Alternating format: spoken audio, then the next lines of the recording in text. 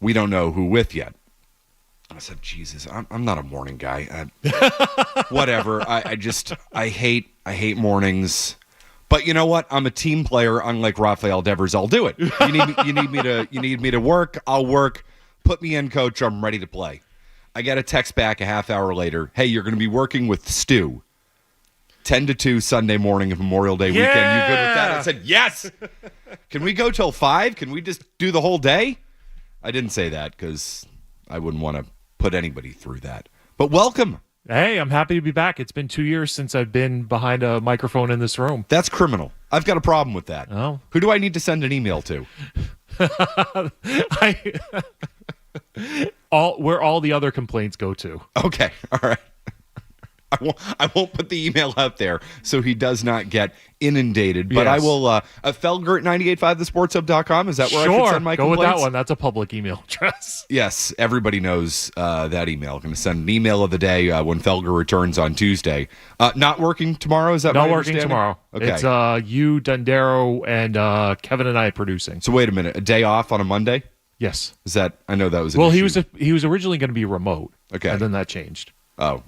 Family things? Anything going no, on I there? think the office actually told him to not be on. Oh, they enjoyed it? They're like, go? No, take the day. Take the day. We're good. All right. I think it was always pending the Celtics and where they were playing, or if they were playing in the playoffs, whether he was going to be on or not. Nice basketball team you got there because they're not playing anymore. They're not. We should be talking about the lead story in Boston today should be Celtics traveling to Indiana to play the Pacers in Game 3, where they would be up 2-0 because they were taking care of home court. That's what we should be leading off with today. I agree, but it's not. And we'll get into the reasons why with Gary Washburn of the Boston Globe at 11 o'clock. Mike Antonellis, the voice of the Worcester Red Sox, is going to be joining us at noon today.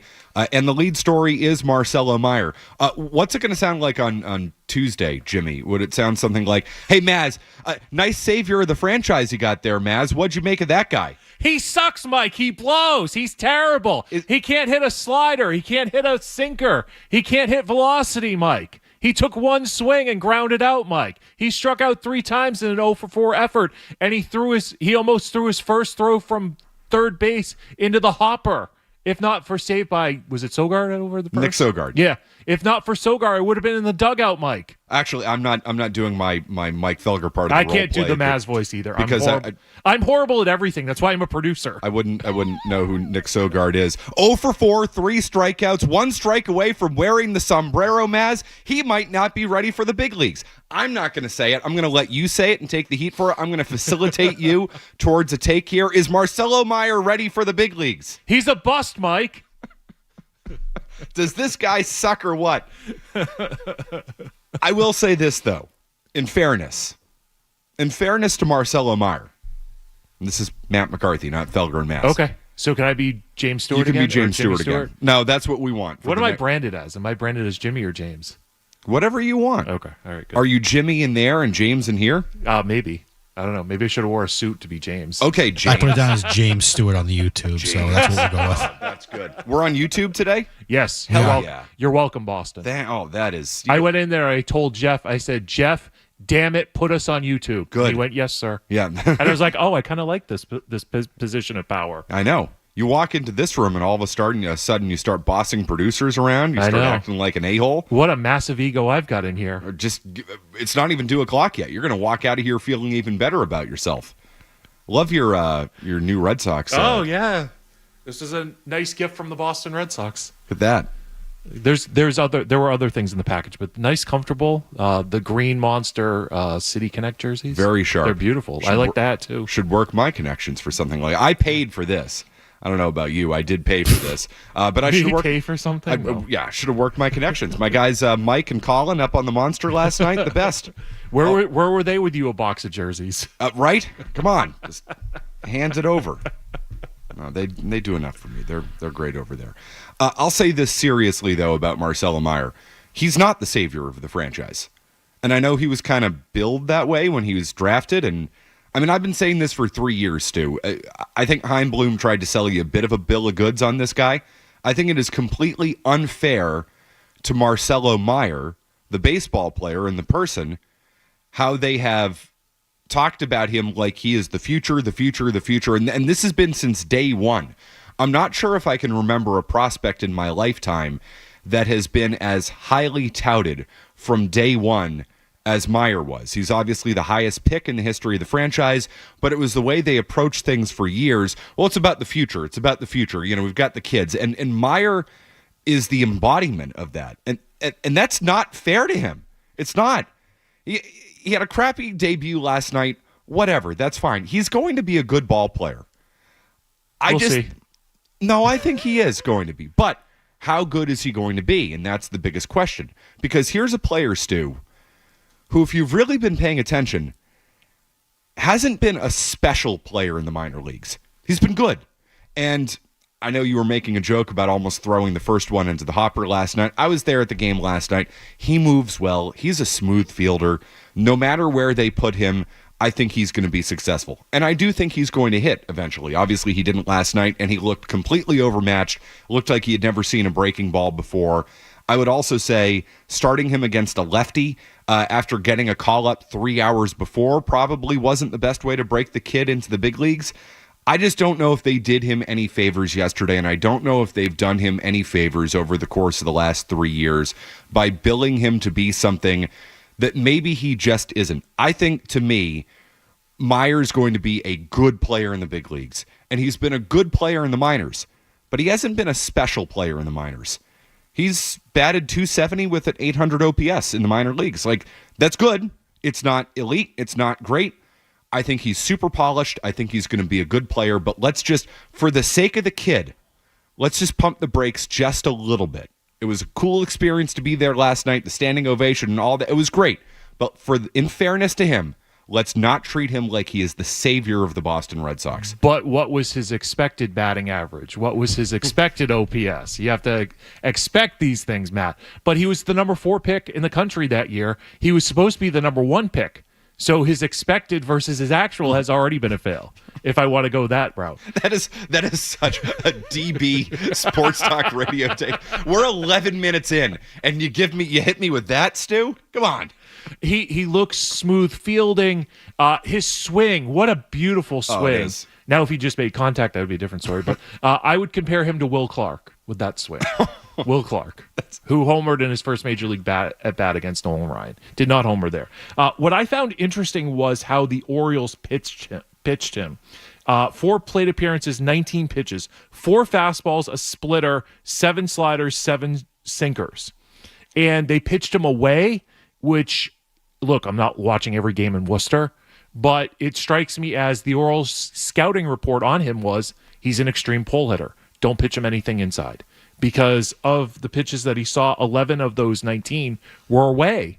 So if the Orioles, who suck and blow Mike, suck and blow Matt, if the Orioles know that they can just pitch him away and throw him junk away, and he's either going to look at it or swing over the top of it, the kid's got to adjust, and he's got to cover the plate on the other side, and he's got to hopefully learn how to spread the ball to all fields. Because that's the key to being a major league player, I think, is to adjust to what you're thrown. What is Marcelo Meyer's upside potential? I've always heard it's Corey Seager. I don't think he's Corey Seager. Okay. And I think that's been my biggest problem with the Marcelo What if Meyer he's Alex discussion. Cora, the player? That's not good enough. You know who I think he is? And Milliken said this a year ago. Because he's smart. Yeah, he is. And I kind of shuddered. He said, I think he's Brandon Crawford. Oh. I don't know. Giants infielder, Seattle infielder. Is he still in the big leagues? He's retired. And he was a good player. He was a good player for the Giants, and he was smooth in the field. Gross. And he was kind of like a 260 hitter with maybe 20 home run pop type of guy. And Milliken said that to me last year, and I'd kind of forgotten about it. I watched him last night, and I said, ooh, he kind of does look a little bit like Brandon Crawford. 250 career hitter, 318 OPS. On-base percentage, and a 713 OPS. That's not good enough for the 4th overall pick in the country. No, it's not. But I don't think he's Corey Seager. I hope he's Corey Seager, but there's nothing in his minor league performance that would suggest to me that he's Corey Seager. So I think I think we've been sold a little something on Meyer. And he's going to be way better than he showed last night. And this has nothing to do with his performance last night. Nothing at all. But I've been saying this for a long time, Stu. Meyer isn't the guy you want to focus on. The guy you want to focus on is still in Worcester. It's Roman Anthony. Roman Anthony has a much higher potential, much higher upside than Marcelo Meyer. Christian Campbell has a higher upside than Marcelo Meyer. Meyer, of those three, is the prototypical high floor, low ceiling guy. That's the way I felt about him for a long time. I think he's going to be a good, solid big leaguer. I don't know if he's going to be a star.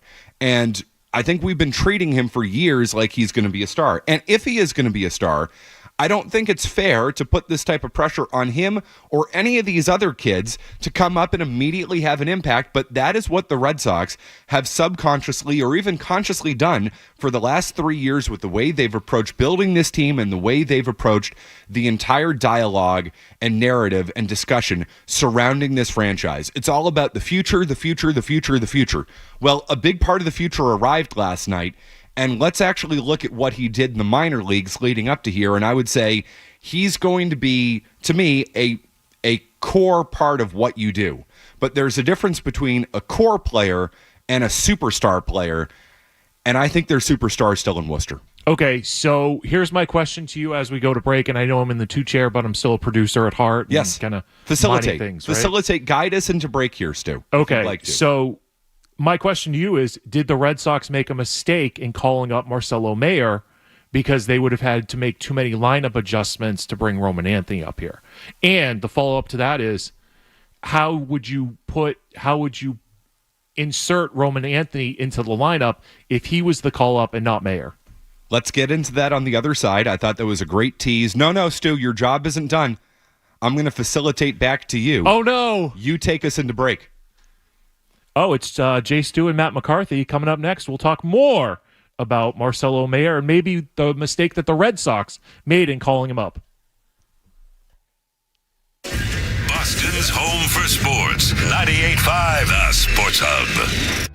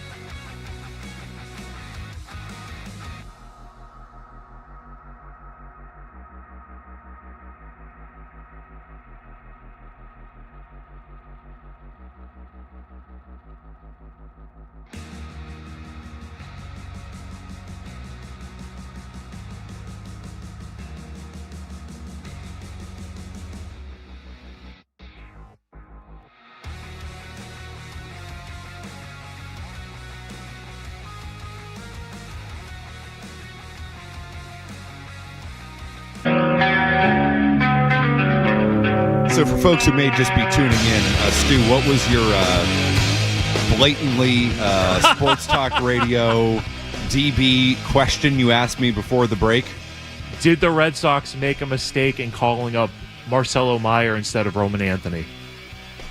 Yes, the Red Sox made a mistake in calling up Marcelo Meyer. Can I just stop there and add no context to it? Sure. So we can, come across like contrived a-holes. No, they made a mistake in calling... I can't believe I did that 10 minutes in. I can. I know where you came from. I know what you do Monday through Friday. Stu, don't abdicate your responsibility and your role in creating what the monster that you've helped create.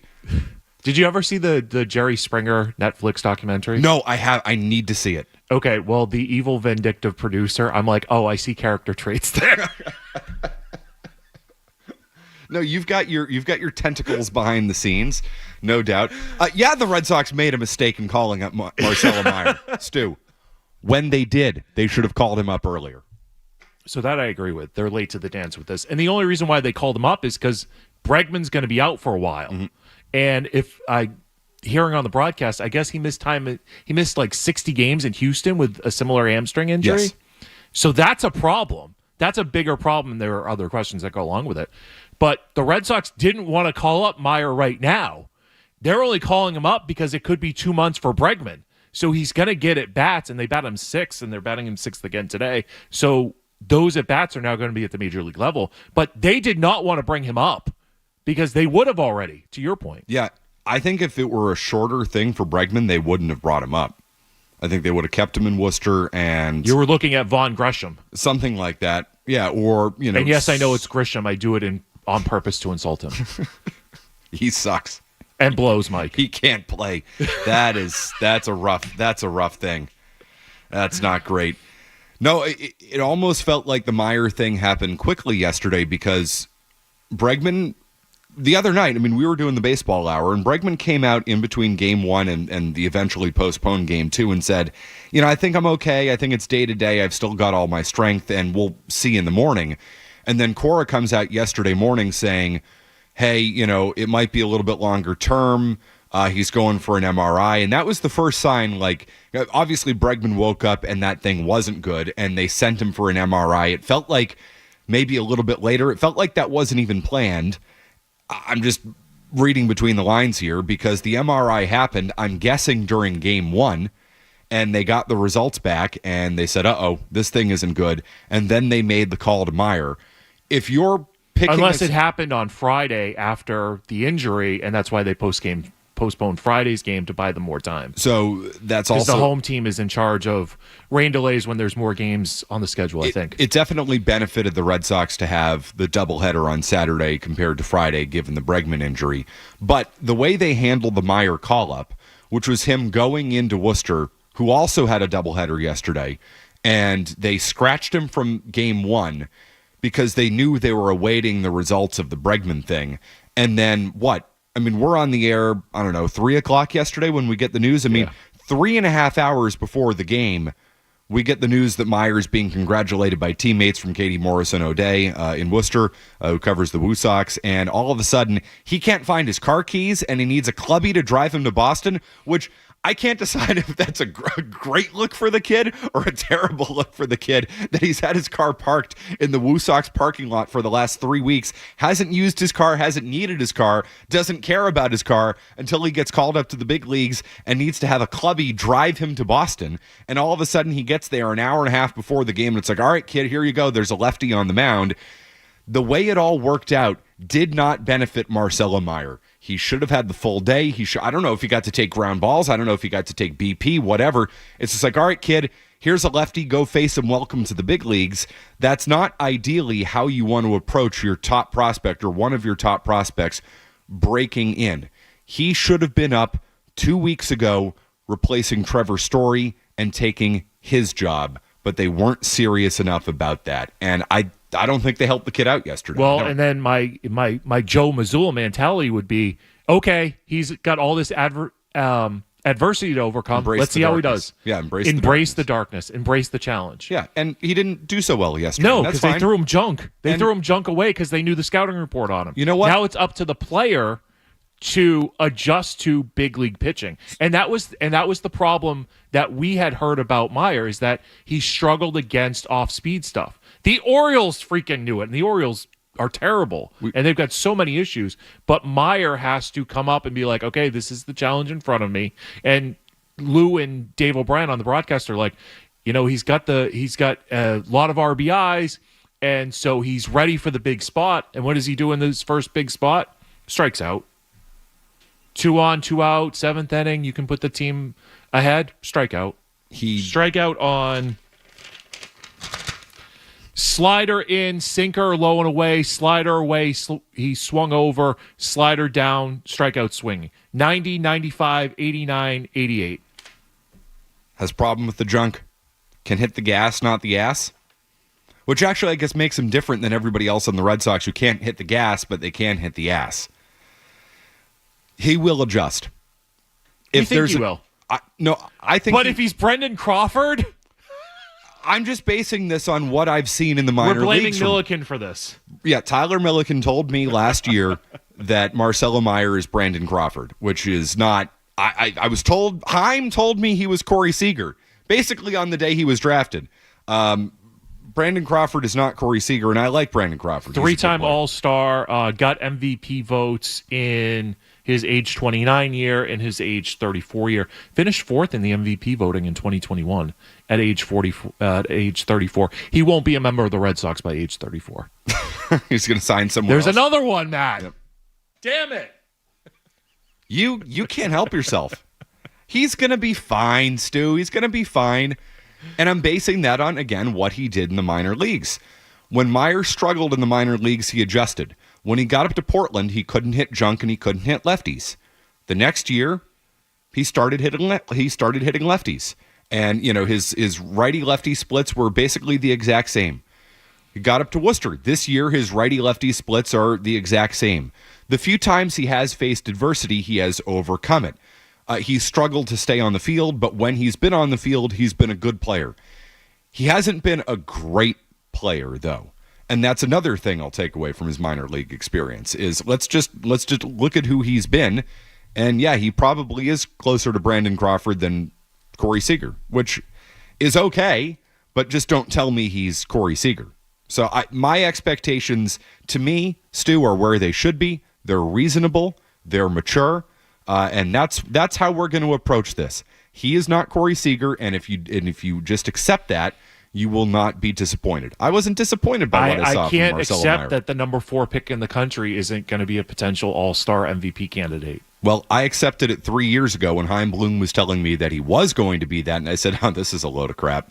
I've seen who he is. I've talked to people. This is why he dropped from 1 to 4 in the draft. There I go again. Actually, it was the money, Stu. He wanted more money. No, it's because Ben Charrington drafted Henry Davis, a catcher, at number 1. How'd that work out for him? Not so great. Not so great. But you're right.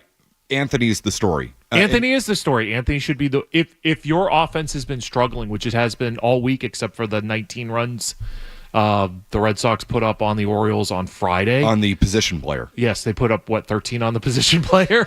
8. Only 8. Only 8 on the Only 8 on position poor player. Emmanuel Rivera, who I watched play yesterday. I'm like, this poor guy, he must be psychologically damaged by what the Red Sox did to him. But, so let's play around with the lineup for a second, right?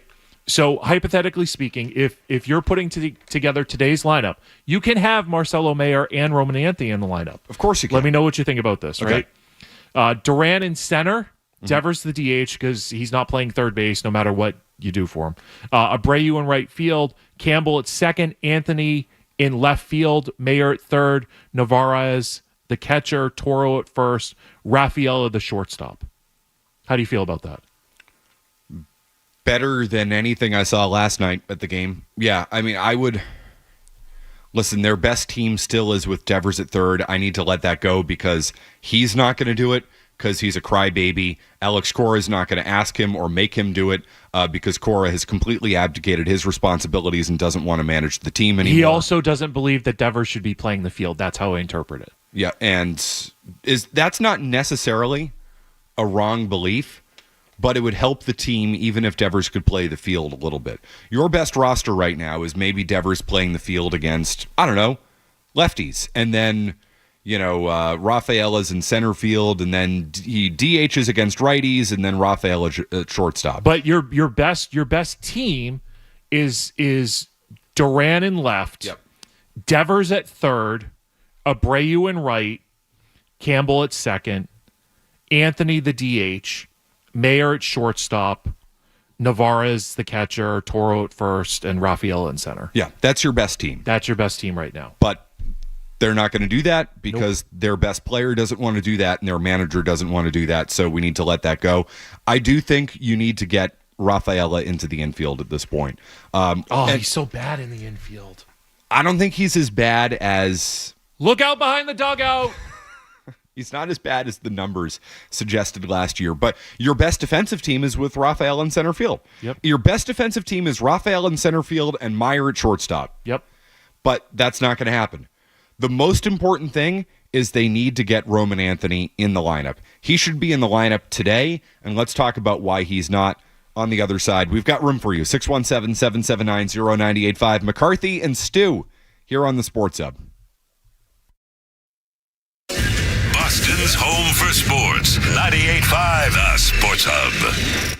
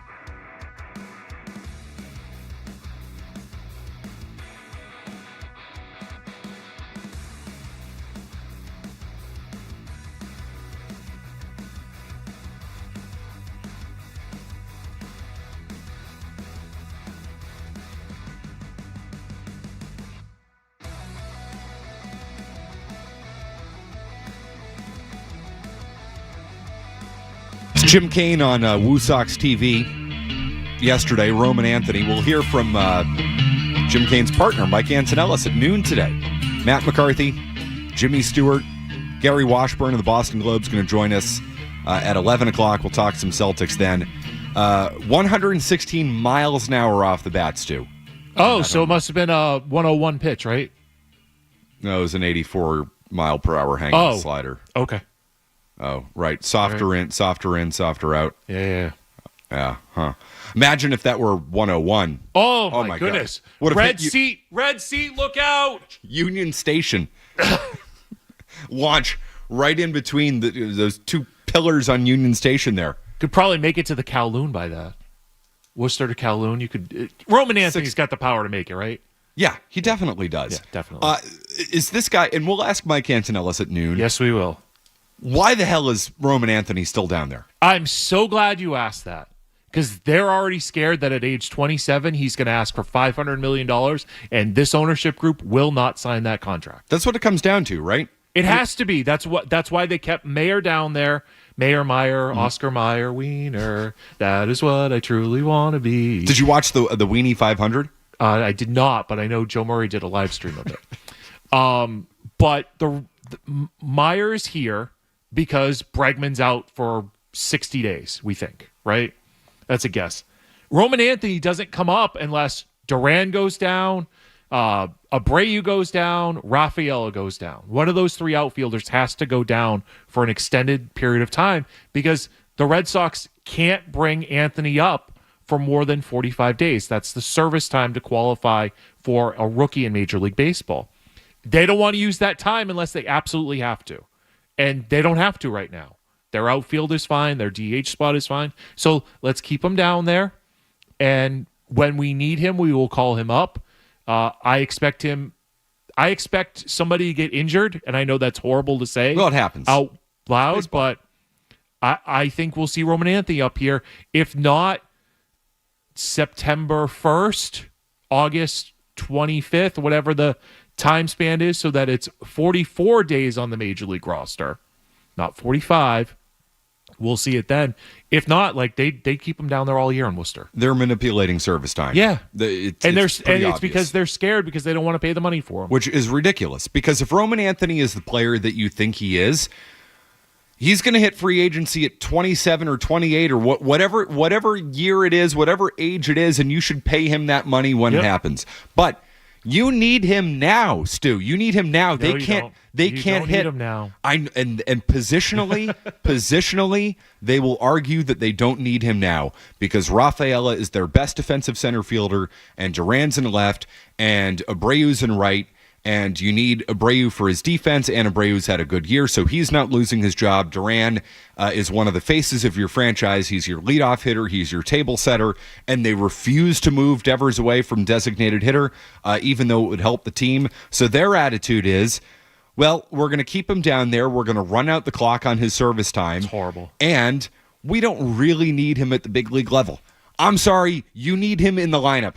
They need his bat in the lineup, and they need to do anything in their power to get his bat in the lineup, which they could do. They have flexibility. Rafaela can play all over the place. Devers could go back into the field. You can rotate guys through. The fact of the matter is, Stu, last night I go to that game and Trevor Story is still batting fifth. What are you going to do about it? And the only internal answer is to get the best hitter you have in the minor leagues up here, and that's Roman Anthony. He is ready to hit at the big league level. There is no doubt about that. He needs to be in the lineup. It's not about where you play him. It's about getting his bat in the lineup. With Bregman down, the state of this lineup is awful. Carlos Narvaez, I think, is Narvaez hitting cleanup again today? He is batting fourth today, yes. He's out of the lineup. No, he's batting fourth. Oh, he is? Sorry, I'm looking fourth and catching. Milliken's tweet from yesterday. Today's lineup: Duran in left, Devers the DH, Abreu in right field and batting third, Narvaez. Stop. Batting cleanup? Batting fourth. That's all you need to know. Carlos Narvaez, who I love, by the way. What a find. What a great job by Craig Breslow to find this guy. He's not a cleanup hitter. You need to get Roman Anthony up here. He's got like a Sandy Leone vibe to him. Doesn't he? Yeah. Guy who kind of comes out of nowhere, is good behind the plate. He's He's one of the great stories of this season. Mm-hmm. Let's see if he can keep it up for a full season, though. That's my concern. He's more of a Rookie of the Year candidate right now than Christian Campbell is. That would be fact, and he is batting fifth. Meyer at third base in the 6-hole. Toro batting seventh at first. David Hamilton, the shortstop, batting eighth. Rafaela in center field batting ninth. Can I just give you 4 through 9 again, just to drive the point home? Yes. Narvaez, Campbell, Meyer, Toro, Hamilton, Rafaela. Yep, not great, Mike. That's not good. But let's keep Roman Anthony in Worcester. So here's why they're keeping Roman Anthony in Worcester. Beyond the service time. It feels to me like this is the 2006 Boston Red Sox. They had their ace in Josh Beckett. Mm-hmm. This Red Sox team in 2025 has Garrett Crochet. They have the ace. And they have all this stuff that's coming up through the system. So they're going to take an unurgent year. They just want to get through this season. And so how do I know that there's no urgency to this season? Did you watch how Alex Cora managed this week? I sure did. No urgency last night when you could have had 3 against the Orioles instead of 2 games in the series against the Orioles. 3 series wins versus 2 series wins. No urgency there. Earlier in the week, you pitched Garrett Crochet against the Mets, your ace, league leader in Major League Baseball's in innings. A week before, you've determined 85 pitches. And then you go to Hendricks to get out of the inning, then Hendricks for an extra inning, and here comes Sean Newcomb.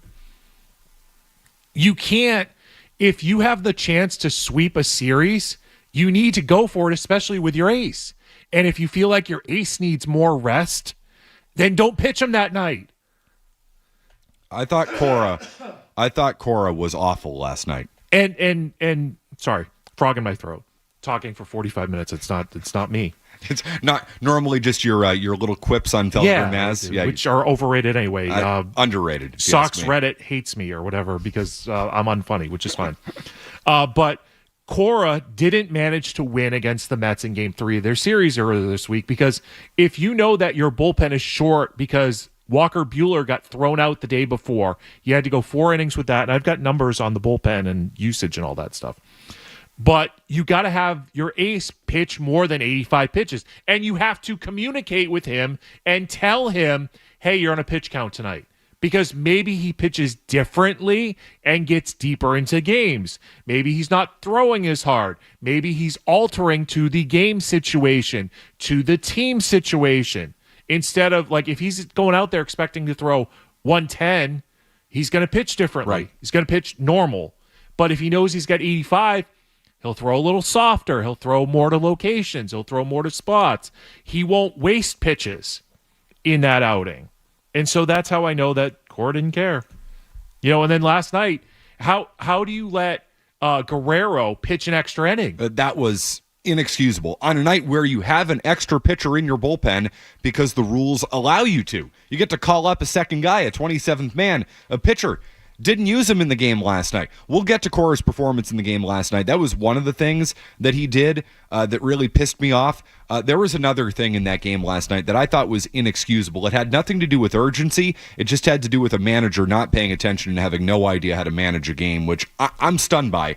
I'm stunned how bad Cora has been with in-game decisions this year. Let's go to Brian in Norwood. Hey, Brian. Hi, Brian. Hey, what's up, fellas? Normally I want to talk about, I don't know, real baseball stuff. But waking up this morning, I was busy yesterday with family things. I didn't get to watch a game. So my morning ESPN video highlight was the fan at Fenway Park that poured milk all over his head celebrating Jaron Duran's walk-off. I'm sorry, I don't even know if it's a walk-off, but the game winner. Yeah, the home run in the first inning. Yeah, he did Milkomania. He spilled milk on himself. Good for him. In the rain. Yeah. That mix as well. It was a plant from Fox. It was a plant from Fox. He was wearing an Indy 500 shirt. Eric Karros is terrible. Watch a game, bro. Is Eric Karros still employed? Yeah. He was bad 20 years ago. Kevin Kruger's pretty good. Yeah. But Eric Karros not good. He's acting like he doesn't even bother with the game. It's like it's just background noise. He's still doing that? Yeah. Not good. He was, again, 20 years ago he wasn't good. Yeah. Wow, good gig if you can get it. Jeez. Yeah. Jack and Canton. Hey, Jack. Hey, McCarthy, can you hear me? I got you. Since you love having Devers switch positions all the time, I think what the Red Sox should do is fire Cora, promote Devers to a player-manager role, Love it. and then have him get ready to play catcher. Yeah. In all seriousness, the way they're treating Devers is just horrendous. Oh, come on. Cry me a river, Jack. Did you drop him there? No, I didn't touch him. He hung up? He hung up, coward. Yeah. Your phone blows. Yeah, he didn't want to confront me. You want to engage? Oh, No. Poor Rafael Devers. Oh, they've been so mean to him, paying him $313 million and asking him to help the team. Oh, but poor Rafi. Won't anybody think of Rafi? You know, I wish Rafi would think of the team, because if Rafael Devers would pick up his glove again, go play the position that he wanted to play, but now probably refuses to play because he's pissed off at the team, Roman Anthony would be up here today. But Devers won't make that happen. Hang on, I have to double check something, but I think I was shamed by a Red Sox beat reporter privately, so I won't make it. But I was told that Devers was still taking grounders at third base at one point. So I have to find this, but I feel like a Red Sox beat writer tried to shame me when I was like, "Oh, he hasn't done anything in the field since spring training," and I was corrected, but I can't find it. I can't find it on the in the moment. But like if he's taking ground balls at third base and only the beat people are seeing it, then there should be no problem. Just put him in there. Just go play third. But here's my theory: he can't throw. He's out of shape. Cora doesn't want him in the field. And that's why he hasn't played the field. But he'll go out there and take grounders if that's true. I'm not pregame at the ballpark. The games that I've gone to this year, I haven't seen him. I usually get there early. Are you suggesting to me that Rafael Devers might not be the most professional guy out there, might not be in great shape? I mean, you know, the same guy who came into this regular season after basically getting no at-bats in spring training and protest and obviously was not ready to swing a bat at the major league level, and it took him a week and a half to, I don't know, swing his way into shape? Are you suggesting to me that that guy might not be ready to go and ready to help the team at a moment's notice? Yes, absolutely, clear as day. Oh, but no, I mean we can't ask that of Rafi. And the other problem with Cora is poor that Rafi, poor Rafael. the other problem with Cora is that he's more of a player than he is management. There's a line there, and Cora is so far on the player's side that it causes issues when Cora doesn't get his way. Yep. And that's the bigger problem. Cora was spoiled with Sugar Dave Dombrowski. Dave was in the clubhouse all the time. Alex, what do you need? I need this, I need this, I need this. Dave's like, no problem, we got you. And then he gets Chaim Bloom, who doesn't care about what's happening in the major leagues, clubhouse, in the majors. And now you've got Craig Breslow, who the Netflix series actually made him look like a human being and a real person. But we need that to translate where games are important day to day. Well, and the caller also said, why don't we just make Devers player manager? Rafael Devers he's a leader, so. is essentially managing the team because Alex Cora isn't. Maybe Rafael Devers wouldn't have done to Cedon Rafaela what Alex Cora did to Cedon Rafaela last night. I want to get into that and your thoughts. 617-779-0985. Maybe we should just let the inmates run the asylum. I mean, they already are. Maybe we should let them make the in-game decisions too, because Cora can't do that. Isn't that what Bregman's about to do? That was another thing on the broadcast. If you watched the Nesson broadcast. No, I was here yesterday at the game. Yeah. You, the person out there. Okay. You were at the game. You were boots on the ground. I was. Yep. So they kept cutting to Bregman, and they're like, oh, Bregman's going to be a player manager. Bregman's going to be a player. He's going to be helping kids. He's already in the clubhouse. He's already helping everybody with the iPad and everything. Great. You have an extra manager. Cheat. Use them to cheat because you got to win baseball games. Oh, wait, it's not a priority win. I'm sorry. No, they don't care enough about. They don't care about 2025, brother. No, that they do not. Stu's here. It's McCarthy. Sorry, Boston. The biggest mistake. Yeah, many sincere apologies to you all, especially Jack and Canton. We continue. McCarthy and Stu with the biggest mistake Alex Cora made last night on the other side. Boston's home for sports. 98.5 The Sports Hub. When the snow...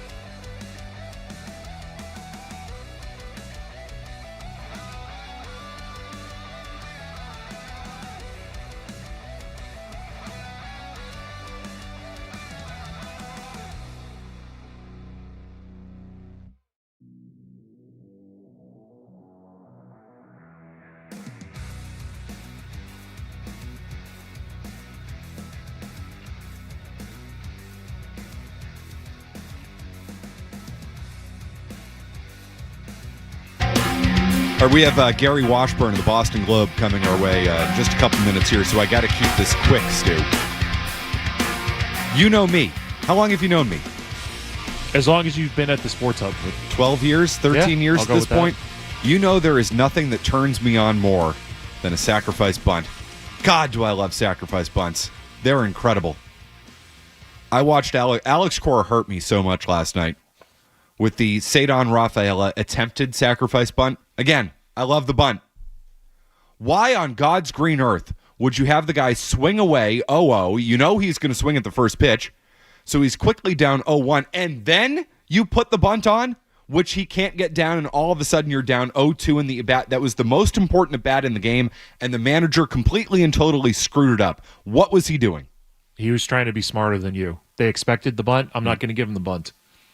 And then when you're down 0-1, we'll put it back on. Yep. For a pitcher who had walked the guy before when Wong was trying to bunt and the guy couldn't find the plate like a kid in Little League when you put the bunt out there and all of a sudden he can't throw a strike. Yeah. That was a disaster. Yep. Alex Cora has no idea how to manage. And that's the most shocking thing about this year is he always was a good in-game manager, and every single move he's made this year has pretty much been wrong. I agree. 90 seconds, no commercials. Just a quick update from Jimmy Stewart. I wouldn't call this quick. Oh, I hope you drag it out. And not for Gary Washburn's sake, because it's the most unique update in the business. I can't wait for this. Quick update from Stu, or a long update, whatever it is, you won't want to miss it. It's going to be Marconi Award winning. And then we've got Gary Washburn of the Globe coming our way next. From the Telstra Tiger Studios, WDZ-FM and HD1.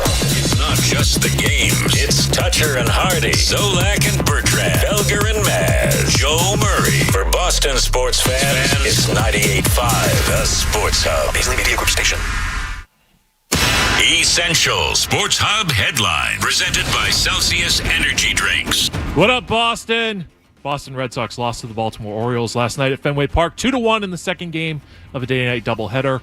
Marcelo Meyer went 0-for-4 with 3 strikeouts in his Major League debut. He is back in the lineup today, batting 6th and playing third base. David Hamilton is the shortstop for the Red Sox today. Trevor Story has been benched. Commentary. Thank God. The Red Sox there is are now, a God. There is a merciful God. Red Sox are now 27-27 and in second place behind the Yankees in the American League East. They host the Orioles today at 1:35. Walker Buehler will start for the Red Sox. Also, Zach Kelly has been recalled by the Red Sox. Luis Guerrero goes back to Worcester. Thank God. That terrible outing. He deserved better. He had a good spring training. Minnesota beat OKC 143-101 in Game 3 of the NBA Western Conference Finals. OKC leads the West Finals 2-1.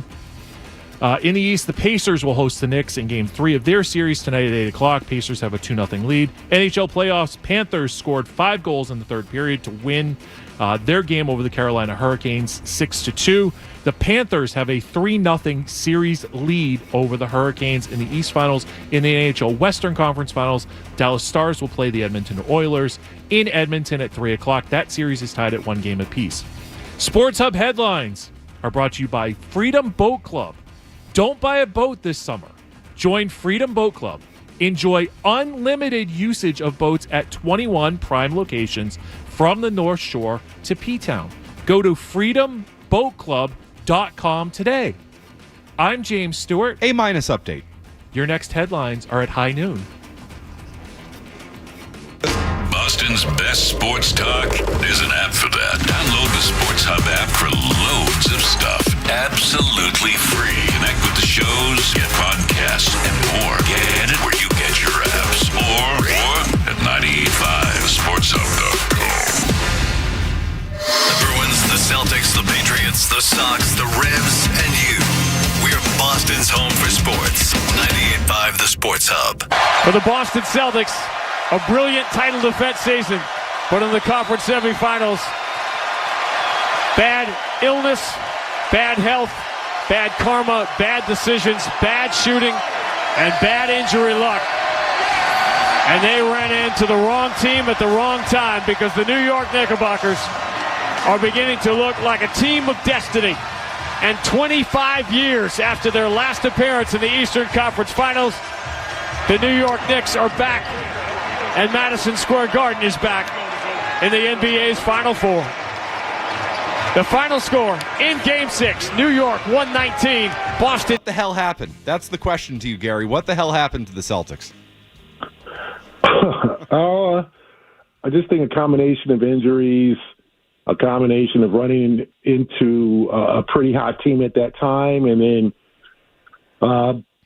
just bad offense in the fourth quarter of the first two games. You lose the series in the first two games. That's what happened. They were not it was going to be very difficult for them to come back from 0-2 on the road. Going on the road, and they tried. They obviously won Game 3. And then when Tatum got hurt, all hell broke loose. But even if they had just won one of the first two games, even with Tatum getting hurt, the series probably goes 7 games. And then you have a shot at home to try to steal the series. Now, I don't know what they would have done against Indiana if they had advanced, but it was just basically the first two games, the poor fourth quarters, not executing, taking bad shots not going down that usually went down, just a combination, and then it turned into a real avalanche, and that's why they're at home. You got to turn your mic on there, Stu. And Gary, my question to you is, how much to blame is Joe Mazzulla and his coaching style? I do think it has something to do. I think that there's obviously a philosophy of, getting the best shot, which is more preferably a three-pointer. I don't think there were a lot of adjustments made, in those first two games. Because I'm more focused on the first two games. I mean, they were going to lose a game in this series. Game 4, the Knicks just played really well. In the second half, they shot almost 70%. That was going to happen. You're going to run into a talented team that's going to play a very, good game. But the first two games, I just felt like they didn't make adjustments. Too much Porzingis, too many threes, just a lot of just messing around with the game. Things that we had seen before. Even prior to Mazzulla being the coach, messing and playing with your food, as they call it, and it was a lot, very, very reminiscent to 23, where they blew those first two games against Miami at home and then put themselves in a real hole, and then obviously couldn't make it out of it, losing in Game 7. But I think Mazzulla has to shoulder a good amount of the responsibility just for the lack of adjustment at times. The offense, the stagnant offense, the kind of predictable last play with Tatum kind of dribbling down and thinking that you're going to do the same thing you did 20 seconds earlier when he got an uncontested layup. Things that just, that hurt the team and that essentially put them in that hole. So I like Joe Mazzulla. I think he's a top coach in the NBA. So I ask, do you know, Gary, what his contract status is at the moment? Well, he has one more year left. So obviously, if the Celtics are going to bring him back, they will bring him back soon. I think he's the Celtics coach for as long as he wants to be. I think they like his style. You don't make changes from good young coaches. Joe's a good young coach. He's not even 40 yet. He's going to increasingly get better. And you don't see anything where the players don't want to play for him or there's dissension in the locker room. It's a very good locker room, a very good environment. And I think, honestly, with the Tatum injury, maybe potentially losing Porzingis, they're going to probably have to change their style of play a little bit. They might not have the elite shooting that they had in the past. They might not be able to rely on that. They might have to become a more grimier team, a more defensive-minded team, a team that has to find different ways to score because you just don't have the shooters that you once had. So I think there's going to be some changes coming up, but I don't think Mazzulla is going to be one of them at all. So when should I expect the contract extension announcement then? I don't know, but I would assume sometime this summer. I think everybody's kind of going back to, just kind of figuring things out. They've got to figure out what to do this summer, but I don't think Mazzulla's contract is something that's like, going to be a controversial situation.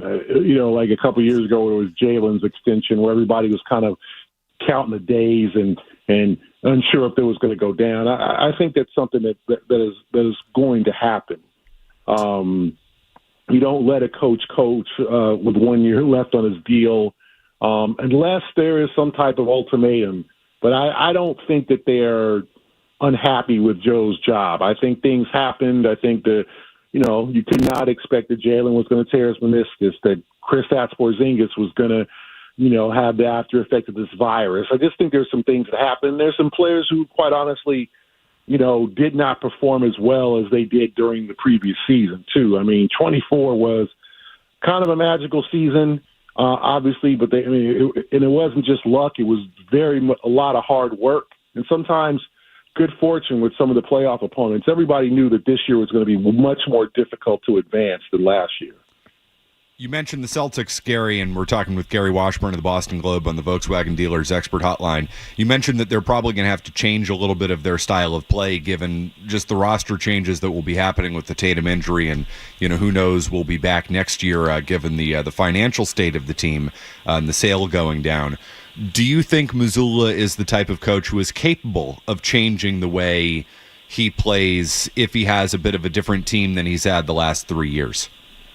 Yeah, I think he's going to have to, obviously. I think he's going to have to adjust, and I think that they adjusted to the personnel over the last couple of years in terms of just lining the team with shooters, with the Hausers and with Pritchards and guys who could put the ball through the hoop. But if you're going to lose a couple of those guys, and you're not going to have Tatum, obviously, if not most of next year, if not all of next year, you're going to have to change it because you don't have the elite shooters. You can't rely. I mean, I think that kind of a sobering message was, they led the league in attempts and 3-point makes, but they were 10th in percentage.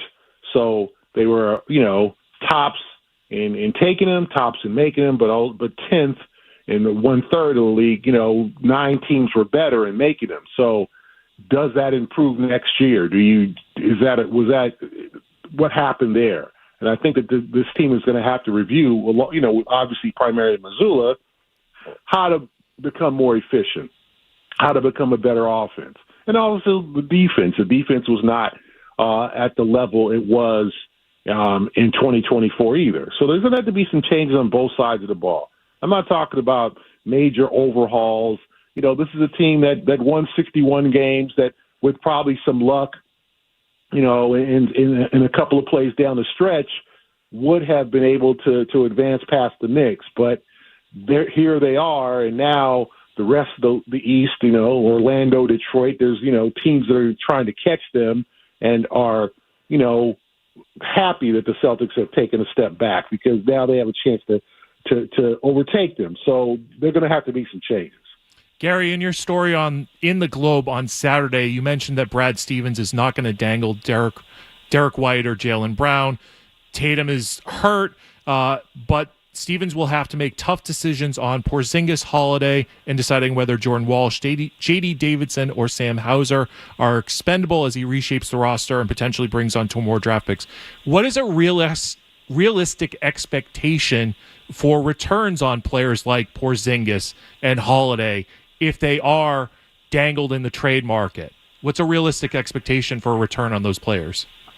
Well, to move them in order to get under the cap, you're going to have to take back cheaper players. You're going to take back less money. You're going to have to take back lesser players. The thing that you're going to have that I think Celtics fans will have to trust in Brad is that he can bring in another kind of Derek White type player. Remember, when they acquired Derek White, there wasn't a lot known about him. He was kind of in the middle of that San Antonio rebuild, and the Spurs hadn't done much, and he was a kind of a guy, it was kind of, who is this guy, late first-round pick, a guy played most of his career in Division II, a guy who had his moments, but a lot of people didn't really know about, and obviously he's developed into one of the better two-way players in the NBA.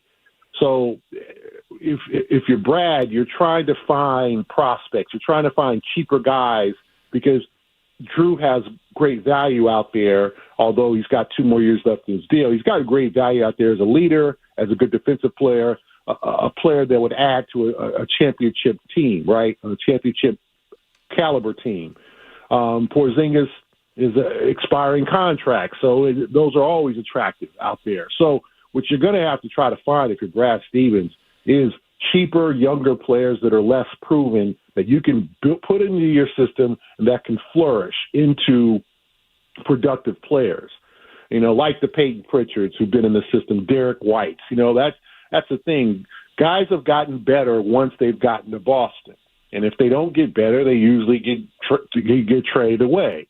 And then, you look at a guy who's playing the playoffs now, like an Aaron Nesmith, who's obviously developed into a very good player with Indiana. And, the Celtics, moved him to get Malcolm Brogdon, who they thought would help, and he got him to the Eastern Conference Finals. And then Brogdon was used to get Drew Holiday. So, that move has eventually helped them get a championship, but you trade away a guy who you could really help you right now. So Brad is going to use his skills to find guys who are cheaper and who are less known and less proven, but could eventually help this team when Tatum comes back. And to the best of your knowledge, Brad Stevens is here until further notice. He doesn't have a contract coming up. He's good until we hear otherwise. Yeah, I think he's very comfortable in his position. I think that the whole Indiana thing is that's disappeared. There's been 2 openings at Indiana since he's been Celtics GM, and he's turned them both down resoundingly. So he's not going to go back to college or coach at Duke or all the things. I mean, now could that eventually happen and down the road? Who knows? But I think he's very comfortable with this, and I think he's very motivated by trying to rebuild this thing and put the Celtics back on the map, because right now there's a sense of urgency because you have Tatum and Brown both entering their absolute primes. Now, Tatum is obviously going to miss some of that prime recovering from this injury, but the Celtics are going to have to win now because their 2 top guys are approaching 30. And so I think that there's a definite challenge that motivates Brad Stevens to bring this team back. And they obviously took a step back this year, even, and with the Tatum injury that puts things in perspective in terms of a rebuilding. And you might not, now if Tatum doesn't get hurt, and they lose to the Knicks, let's say Tatum doesn't get hurt, they end up losing a series because they fall behind 3-1 anyway. Do you run the guys back and try to make a run for it? Perhaps. But now that's likely not the case. You're not going to do that. So that speeds up the process of rebuilding. Everybody knew that they were going to have to get under the salary cap, get under the second apron, and kind of prepare for the long term. But I think that Brad Stevens is motivated by that challenge. Gary, 2 more questions from me, and thank you again for joining us on a Sunday morning. Do you know what's going on with Al Horford and whether he's going to come back for another season or if he's going to go into retirement? I think it's either retirement or the Celtics for Al Horford, unless obviously maybe a championship caliber team, offers him a 1-year deal. I think that we've seen, I think Al loves Boston. He'll be revered here. He's going to have a lot of, people here who don't want to see him play with another team. And I think he's got a review. He'll be 39 next month. And he's got 5 kids, a man, he's got life outside of basketball. So he's got to determine if he wants to play 1 more year. And then the money's got to, how do you fit him into the cap? Does he take less money to stay in Boston for 1 more year? Obviously they could use him for another year. Now, will he be able to play again with Tatum? We don't know that. How much would he contribute to a team in rebuild, or not rebuild, but that's taken a step back, Or does he say, listen, I want to play for titles, so I'll sign somewhere else for a year. Or, you know what, this is it for me. I'm done. I'm going to retire. So I think I think that the Tatum injury is probably affecting him the most, because even if Tatum doesn't get hurt, I think he says, hey, we got a chance to still win this another time with Tatum. But now maybe Al kind of reviews whether he wants to play another year, whether he wants to get to his family, and I think all those things are important to him. And I think he loves to play. I think he enjoys the Celtics. He enjoys playing, living in Boston. So I think it's going to be a difficult decision for him, whatever he decides to do. Is there an NBA level player as a big who the Celtics could add, or should I expect that the Celtics will be drafting the best available big man who fits their system at this year's NBA draft? Yeah, it's a tough one. Do you try to give Neemias Queta a shot? Do you look to him and say, okay, we're going to give you some extended minutes? Do you try to re-sign Luke Cornett? Do you try to bring him back? Obviously, he's making a little bit above $2 million. He is not going to make that next year. The price has gone up on Luke Cornett. He's a quality guy who could play backup center for a quality team. Is there a guy around a Daniel Gafford in Dallas? Is there a guy around who's making $10 to $12 million that the Celtics can try to acquire in one of those deals for a Holiday or Porzingis? A guy who can grow into a role and be a starting big. They're going to have to figure that out. I mean, that's, at 28, I don't think you just can focus on position. You got to focus on a guy who can come in and help. I mean, the one thing about that is they have the ability potentially to move up in the draft, or you get with the 28 and 32 second picks, you can get probably guys who might be a little bit older who can help you right away. And there's help that could happen, but it's all on Brad and how well you draft. The Celtics have historically drafted pretty decently under Stevens with guys like Neesmith. They traded him, and Peyton Pritchard. But it's going to be difficult to get that next frontline center. You're probably going to have to cultivate them, but there's going to be all kinds of movement. I tell fans to look out for one, what happens with Giannis Antetokounmpo in Milwaukee, because that could change the fate of a lot of teams if the Bucks decide to trade him, and then Houston gets involved, and Houston's going to have to trade guys. There's going to be a lot of movement of players. Kevin Durant potentially, who is going to shake up other teams. And remember, as I wrote 2 years ago, when Dame Lillard, asked for a trade out of Portland, that affected the Celtics because Drew Holiday then became available, and he helped them win a championship. So there's going to be some movement over the next few weeks before the draft and even after the draft, approaching free agency, that could affect the Celtics. So it's not just what the Celtics do, it's other teams do that other players could potentially become available. All right, Gary, we will leave it there. Thank you for your insights. Thank you, Gary. On a Sunday morning. You are the best. We really appreciate you joining us. Oh, thanks, guys. All right, sounds good. That is Gary Washburn joining us on the Volkswagen Dealers Expert Hotline. Gary's great. He's awesome. Tremendous. There's a bunch I want to react to. Oh, yeah. There's a lot of good stuff in there from Gary Washburn of the Globe. A lot of good insight that we will get into with your phone call, 617-779-0985. I can't read your minds, Stu. Not yet. We don't work enough together in this format. But no, we have the same idea. I think I know where you want to go with this. Joe Mazzulla? Job for life. We'll do that next. Boston's home for sports. 98.5 The Sports Hub. Curb appeal matters with your business, so make it more appealing with U.S. Pavement. From Maine to Rhode Island, Worcester to Cape Cod, it's U.S. Pavement for paving, seal coating, line striping, and more.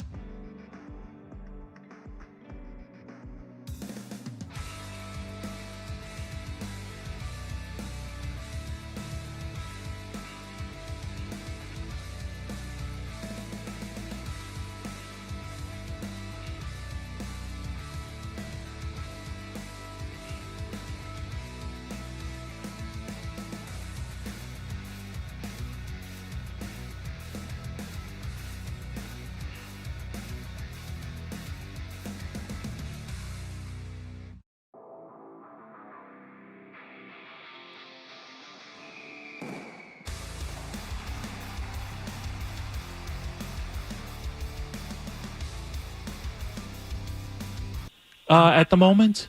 Well, he has one more year left. So obviously, if the Celtics are going to bring him back, they will bring him back soon. I think he's the Celtics coach for as long as he wants to be. I think they like his style. You don't make changes from good young coaches. Joe's a good young coach. He's not even 40 yet. He's going to increasingly get better.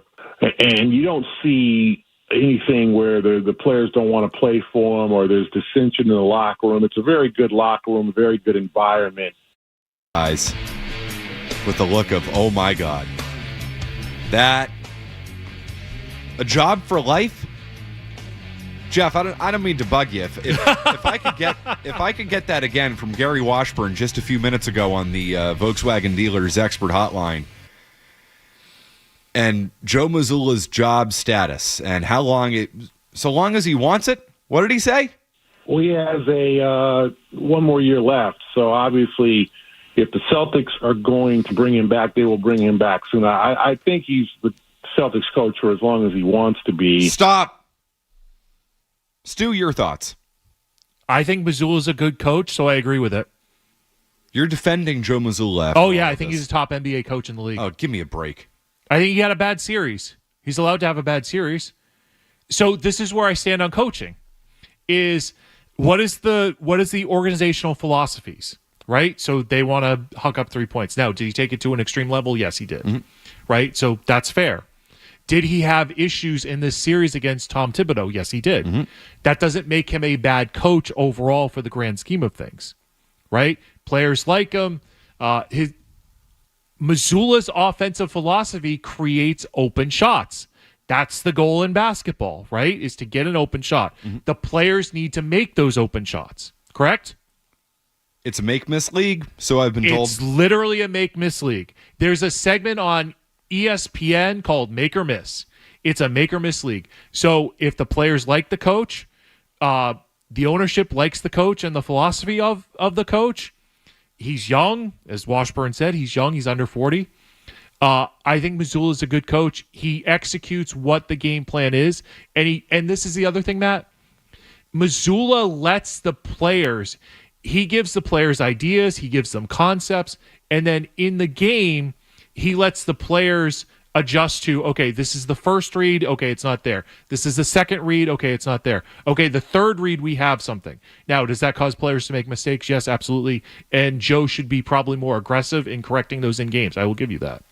But Joe Mazzulla is a top 10 coach in the league. Oh, come on. He's not. He absolutely is. Oh, give me a break with that. A top 10 coach in the NBA does not lose a series the way they just lost the series, and it's not a one-off. You said Joe Mazzulla is allowed a bad series. Good coaches are allowed bad series. The exact same thing happened against Miami, another inferior team, 2 years ago, where they lost the first two games at home because they weren't ready to go because they were too stubborn. In Miami, in the Miami series, they had too many turnovers. They were playing too out of control. And Joe Mazzulla was too stubborn to call a timeout because the media kept asking him all year long, why don't you call timeouts? Why don't you call timeouts? And eventually he went double bird, F you, I don't want to call timeouts. I'm smarter than you. I know more about basketball than you. And he did something that hurt the team.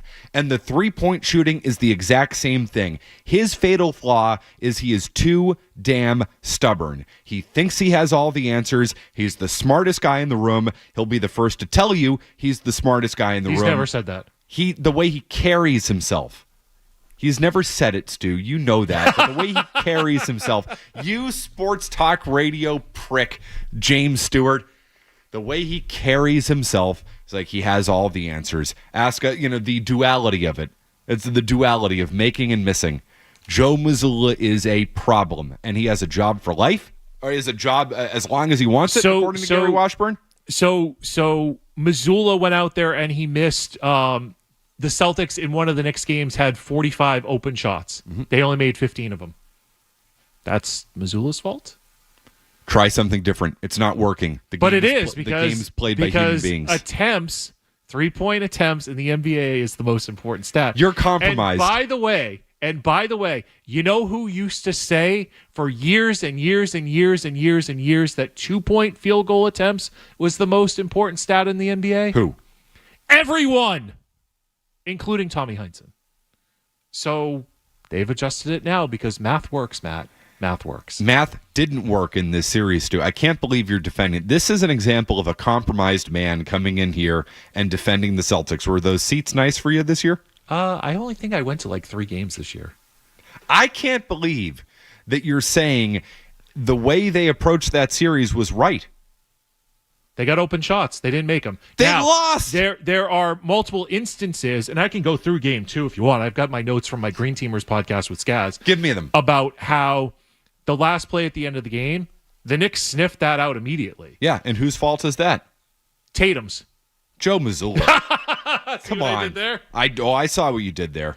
It is Missoula's fault, and he had a bad series. There were a couple of different adjustments in game that the Knicks made, where the Celtics were running similar plays, and the Knicks sniffed them out pretty quickly, pretty aggressively. So that is coaching. That is Thibodeau, who I believe is a better coach than Mazzulla, in the same way that Eric Spoelstra is a better coach than Mazzulla. But we can go down the list. I've got my top coaches in the NBA. Missoula's on my list. Okay, let's hear it. So this is my list of coaches. Oh no, I'm not in trouble for anything. Good. When my phone lights up in the middle of a Celtics take, I'm like, oh, what do I do? I'm defending your coach. He just got moved to the 300 section. I actually have a photo from years ago where I was sitting next to Mazzulla. I'll show you when we hit the break. When he was on the second row? He was on the second row. And it's me right there, and then Mazzulla. He got promoted when he obviously was not ready for the job. It's a funny photo and in context. Okay, my top coaches in the NBA. Joe Mazzulla is on my list. Rick Carlisle is on my list. Tim Thibodeau is on my list. Kenny Atkinson is on my list. And I know Cleveland just got bounced. Ironically enough, the 2 leaders in 3-point field goal attempts were Cleveland and Boston in the playoffs. Shocker and that they both got knocked out. So Kenny Atkinson is on my list. I love Kenny Atkinson. Quinn Snyder is on my list. Frank Vogel is on my list. Udoka is on my list. Eric Spoelstra is on my list, and J.J. Redick is on my list. J.J. Redick's on your list? He's a great greaseboard coach. Oh, my God. Your list, not good. Okay. It was good. It was good until you said J.J. Redick and Joe Mazzulla. You know what? He's a miserable prick, but he's also like a good greaseboard coach. And he didn't have the players. So a basic way I can describe He didn't have the players. He had LeBron and Luka. But the rest of the team. So I'll give you an example. So in practice, J.J. Redick, this is what J.J. had to deal with dumb Lakers players, right? Because I'm convinced, and I've said this multiple times on the Green Teamers podcast with Skaz, 75 to 85% of the NBA doesn't know actually how to play basketball. They're just rolling the balls out there, and they're just trying. I think just about everybody on the Celtics actually knows how to play basketball, right? So if J.J. Redick has 3 people who know how to play the game, he's got a problem. Right? He can go through all of his concepts and people don't understand it. But what will happen, because this happened in a game with the Lakers this year, is they will practice a play on the left side of the basketball court. They'll go through it, it'll run nicely. In the game, they will have to run that play on the right side of the basketball court. So what happens is player X is supposed to be in a different spot because the court is flipped and you have 2 Lakers players going to the same spot. You have them running into each other like it's a clown car scene. That is not the coach's fault. That is the player's fault for not understanding, oh, we ran this play on the left side of the court. Now we have to run in a game on the right side of the court. But the Celtics don't have to worry about that. Because they know exactly where to go. They have smart players, right? They brilliant players. They just can't hit their shots, apparently. Yes. That's what it all came down to. Make or miss league, brother. Nothing to do with the philosophy whatsoever. There's no way you possibly believe this. But what do you mean? That it came down to just whether or not they made their shots in this series. If they make say 15 of those 45, right? Instead of 15 of them, they win by 26. Yeah, and if my aunt had, I won't go down that way. Yeah. So, you know what, Matt? It's expected. They were expected to make those open shots. So this works for you in basketball. It doesn't work for you in baseball, though. I'm sensing some inconsistencies. Or is this why we don't cross sports? I'm full of inconsistencies and hypocrisies. I can't believe that segment. That I thought you were going to rail on the Celtics once we found out that Joe Mazzulla apparently has a job for life, and Jimmy Stewart says, no, that's good. Let him have a job for life. He's got an NBA championship. He's a great coach. You know who doesn't have an NBA championship as a coach? Tom Thibodeau? Brad Stevens. And we all love Brad Stevens. Those out of timeouts. Scoreboard. Right? Joe Mazzulla has a championship as a coach. Brad doesn't. But we love Brad as a coach. If Brad Stevens were the head coach I love of the Brad, Celtics by the way. this year, I think Brad should have a job for life, by the let way. me ask you this question. If Brad Stevens were the coach of the Celtics this year, would they be in the Eastern Conference Finals? No, they would have gotten bounced by the Knicks. I disagree. Strong disagree on that one. I bet you Brad Stevens doesn't run the same play twice at the end of game 2. And I bet you win that game as a result. There's an argument for that. And I'm happy to make it. Okay, go ahead. You're not going to. That's what I've learned in this segment. That is the voice of a compromised man. 617-779-0985. Lucas in Malden wants to talk about another crappy coach that Jay Stu just defended. Lucas. Yeah, that J.J. Redick, that was preposterous to You're hear. welcome. By saying that he had LeBron James, the GOAT. That was just irrelevant. I love you guys, but that was insane. Yeah, I agree. I love Jay Stu. I actually might love him a little bit less after that take. I thought it was a bad take. Dan in the car, who's going to defend you, Stu. Hi, Dan. I'm allowed to have one. Hey, guys. So when it comes to Joe Mazzulla, if you want to go to game 2 where he put the Knicks in the bonus and they came back and ended up hitting free throws to beat them, that's the one bad coaching move I saw in the entire playoffs. But the one thing that's not talked about these playoffs is, for some reason in the 2025 playoffs, they decided to allow absolute muggings on the court every game since the first round. And I would say that had the biggest dare. You didn't want them to shoot the threes. Did you see what happened when the Celtics tried to go to the hole and score 2-point shots? It was usually a 2-on-1 dunk the other way because Jaylen Brown either lost how to dribble or got turned over. These guys got mugged. That's the biggest story of these playoffs. And maybe they didn't have the right team to deal with the physicality in the playoffs. Yeah, I'm glad he added that because I was about to say, we're going to complain about the refs now, and that's why they lost the series. No, I think the refereeing sucked in the Celtics series. I don't think the Celtics were capable. You compromised a-hole. This is as obvious as it gets. I mean, and I've heard compromised media people before, Stu. This is something else. You can represent my interests any day of the week, Mr. Lombardi. Thank you. They weren't physical enough, Stu. I'm trying to throw curveballs when I should be throwing heaters. I'm sorry. Are they a physical enough team? Could they handle the physicality? I think Jaylen Brown's a physical player. I think Horford can bang down there. I think what happened was they beat Orlando, and Orlando pretty much like bloodied them, right? Yeah, but Orlando didn't have any talent whatsoever, and I mean the talent disparity in that series was it's big in the Knicks series. It's massive in the Orlando. But Orlando series. has had the Celtics number for a few years now because they have those bigs, they have size, they defend well. They're if you play YMCA basketball, they're the team that kind of like throws their elbow as you're trying to cut through. That's how I or play. Throws like a knee on knee, or there are plenty of media people who throw elbows when they shouldn't. Me too. Tom Kern. I can say that he covered my high school basketball team. But the calls are lighting up. Oh, this will be good. I just looked at the call screener. Yeah. I'm like, oh, there are actually callers on the board. Jeff, how many people want to call in and criticize Stu for all of his just terrible Celtics takes for the last that one guy who we just had? He was the top guy. Everyone seems to be pretty chill right now. So well, because they're Celtics fans and everything's okay. You should have heard Silver yesterday. No, it's all right. I mean, teams basically never go back to back in the NBA. You need to have an historic all-time great player to go back-to-back in the NBA. So that's Jason Tatum. It was never meant to be. Oh, it very much is not Jason Tatum, I will tell you. Did you hear the breaking news? Joe Murray and Skaz had breaking news that Tatum made the All-NBA team, which I agree with that decision. I agree. Hit the breaking news button and ask questions later. I'm all for it. Tatum's going to be an all-time player. I hit the breaking news button 3 times yesterday, Stu. And awesome. I just hope to find another reason to hit it today. Oh, I do too. Breaking. Jimmy Stewart compromised by the Celtics. 617-779. This is breaking sports news.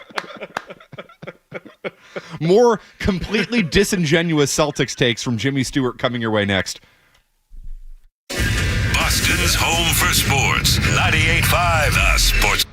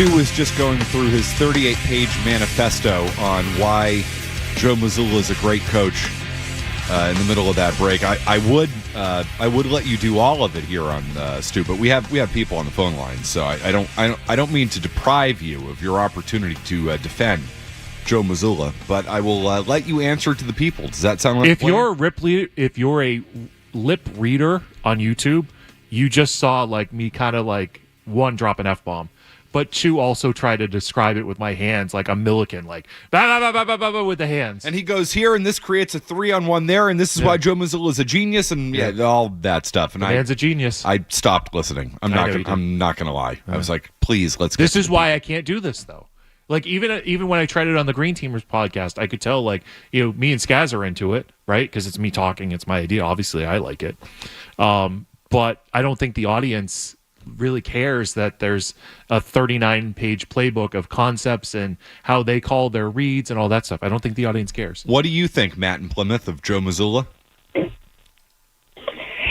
this show a foreshadowing event for a future combo of you two? I wouldn't hate it. I'm into it. I dig it. Yeah. Okay. Yeah, I like that. I was just workshopping a name for it, stewing it up with McCarthy. McCarthy stew? Fine by me. Stewing it up with McCarthy. Yeah, we're stirring the beef stew. Yeah, we got that. I guess he didn't want to get to his Joe Mazzulla No, he point. didn't. I appreciate the call and I appreciate the support. I love the support. It's great. I'm having a blast with my guy. Yeah, this is fun. Stu. Keith in Orlando. Keith. Hi, Keith. Hey, guys, I'm going to admit that I don't know the answer to this question. Neither but, do I. Can you hear me all right? Yeah, you're good. All right, okay. I'm just wondering about this 3-point attempt stat. Is that regular season or the playoffs? Because the playoffs, we all know, is a completely different game. So, Keith, that's a really good question because the game changed in the playoffs. It changed to a more physical, muck-it-up style in the playoffs. So if we know, if the NBA knows going forward that you can play finesse in the regular season but not in the postseason, these teams are going to be built very differently going forward when the time is right, when the availability is right to be able to rebuild teams. This is, I hate putting crossing sports, right? This is Moneyball, the Oakland A's. Mm. They're built for 162, but then the playoffs, Billy Beane goes up, no problem. I got you to the playoffs. Now it's on you. That can't be the way that the league works. That can't be. So you have a problem with the different styles of play in the NBA from the regular season to the postseason? I don't have a problem with it. These teams are going to need to adjust to it. But I don't have a problem with it. Were the Celtics not ready to adjust to it? Were they not built for playoff style basketball? They should have been built for it. Were they not, though? It doesn't feel like it. Is that a front office thing? Is that a coaching thing? What's the problem with that? I would say that's a Porzingis thing.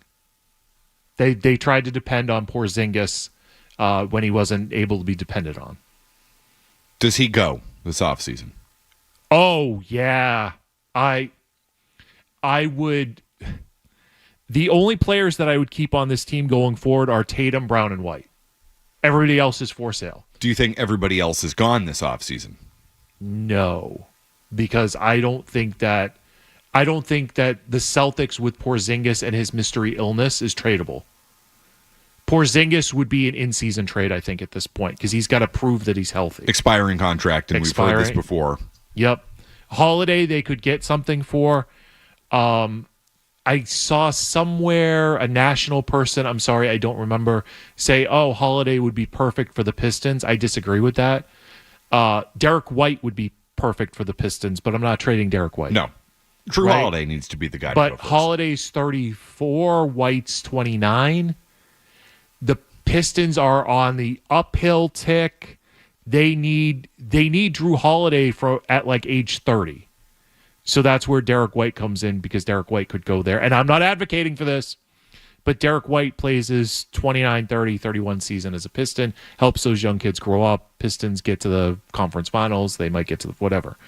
But Holiday's spot is probably the Warriors, if you can work out a deal that way. But the Celtics need to get some bigs who they need another Robert Williams, except who can shoot threes and make free throws. Is that guy available? Maybe the guy, Mark Williams in Charlotte, I think was the guy who was the player who was traded from Charlotte to the Lakers that LeBron was like, I don't want to play with this guy, so they sent him back. I think that might be a guy. But Charlotte's not going to be trading for Drew Holiday, so you need to get another team involved there. And this is the other problem. Or your guy Sam Hauser goes there.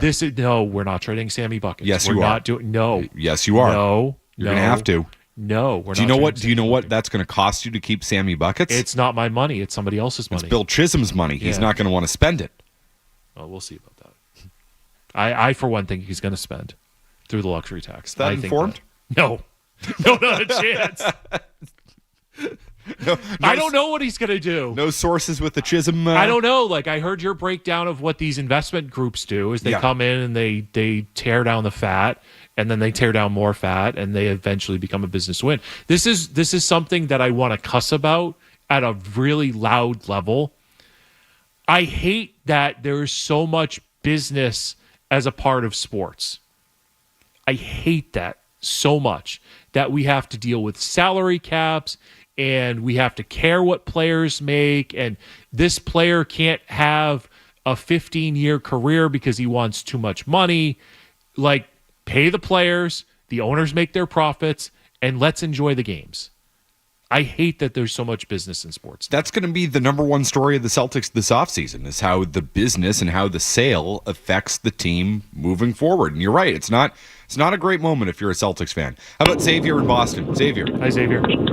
Hey, I just want to say something. Last year, we put together the Avengers of basketball. There was no team that was going to beat us in a 7-game series. I don't care who's the coach, Joe Mazzulla or Joe Schmo. We were going to win we're going to beat any team in a 7-game series. I think he got a little too much slack last year. Going into this year, I want to see him change it up. And I don't think if he doesn't, I think it's time to let him go. Yeah, the roster wasn't changed from last year to this year. It's the same team. So Washburn brings up a point when he talked to us about 50 minutes ago. The Celtics are going to have to dial down the three-pointers and add more defense. Holiday is a perfect player to stay here. Yep. But his business side of things makes it like, we can't keep him. So if you're going to tell me that the Celtics are going to go for young 3-and-D guys, that would be on brand for them. But they need more than that. And that also means, Porzingis has to go. I don't know what his value is because of the mystery illness. Holiday should stay, but you can't keep him because of the business element. And that leaves Sammy Buckets. It was great knowing you. Great. Appreciate the moments. You going to be okay? No, I might need a moment. But Hauser's got to go, and you can't have these. Peyton Pritchard, who played well defensively, but on the nights he played well defensively, put up goose eggs. So if you're going to a more defensive mindset, potentially, Pritchard's got to go. Speaking of defense, it has been suggested to me by someone that maybe defense is the reason that Roman Anthony remains in Worcester. Oh, I've heard this. Which I have a hard time believing, but we're going to get to the bottom of it. Mike Antonellis, the voice of the Worcester Red Sox, will be joining us about 5 minutes from now to break down everything going on with Roman Anthony, why he's still there, what he's seen from Marcelo Meyer. A boots-on-the-ground report coming your way from Worcester on what is, to me, maybe one of the biggest stories in Boston right now. Why is Roman Anthony still in Worcester? We'll do that coming up next. Matt McCarthy, Jimmy Stewart hanging out on Sunday, Memorial Day weekend. Boston's home for sports. 98.5 The Sports Hub.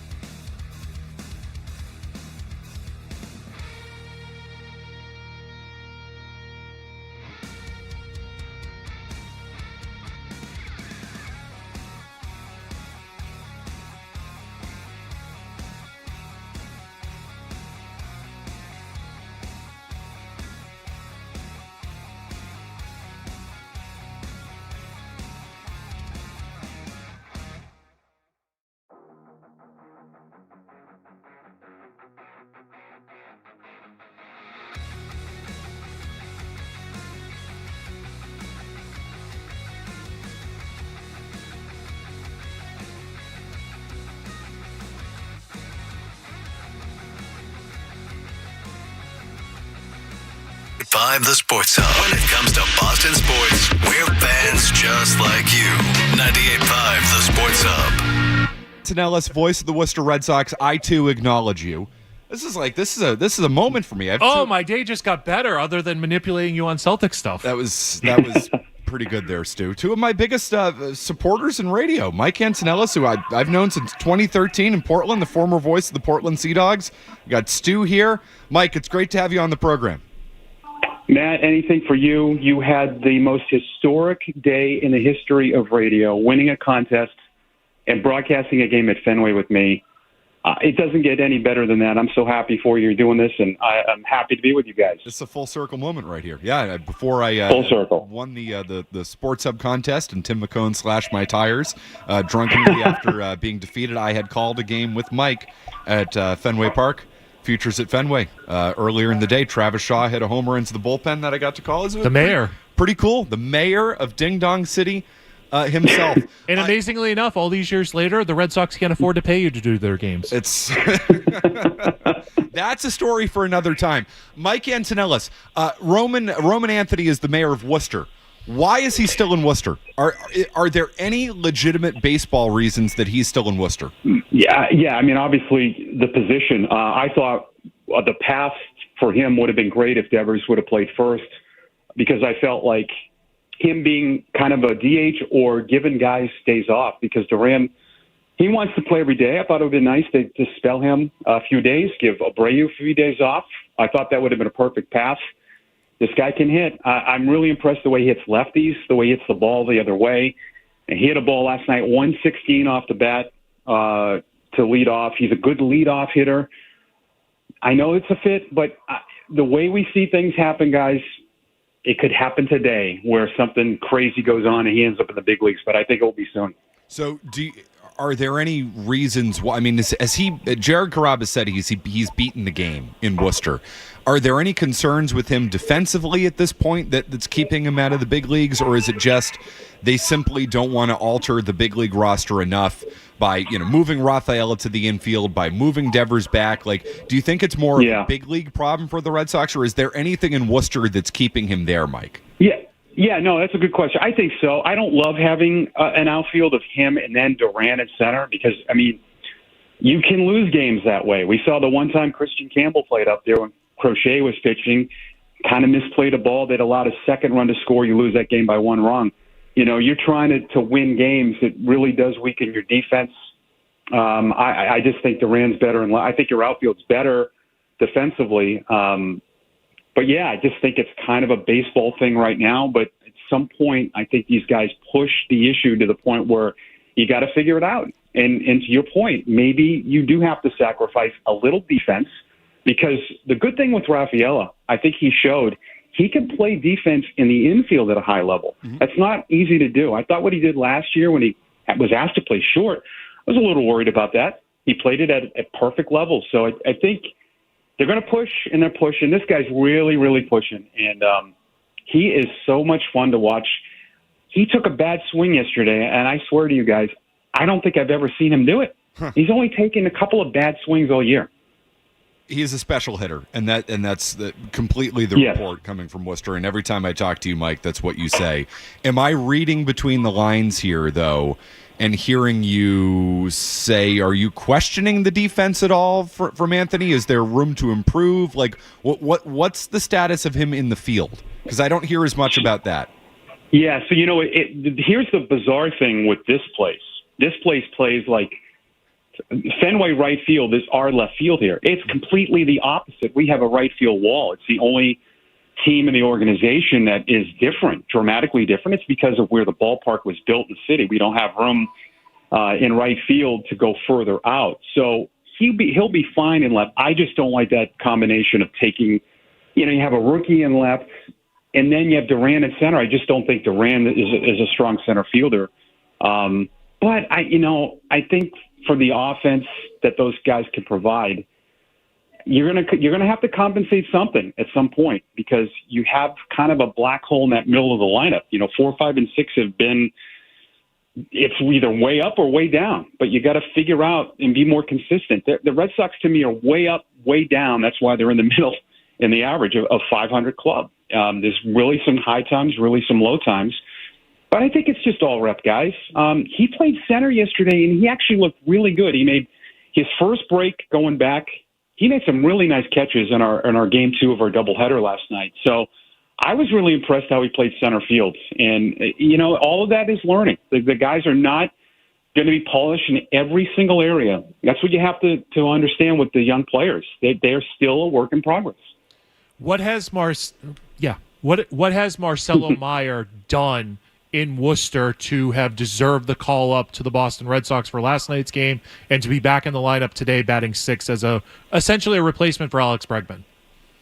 Yeah. His power, first of all, I think that kind of surprised all of us. He is also a very good hitter against lefties. It's the way they hang in there. You don't see a lot of bailing away, or they call it stepping in the bucket with his right foot, stepping towards the dugout.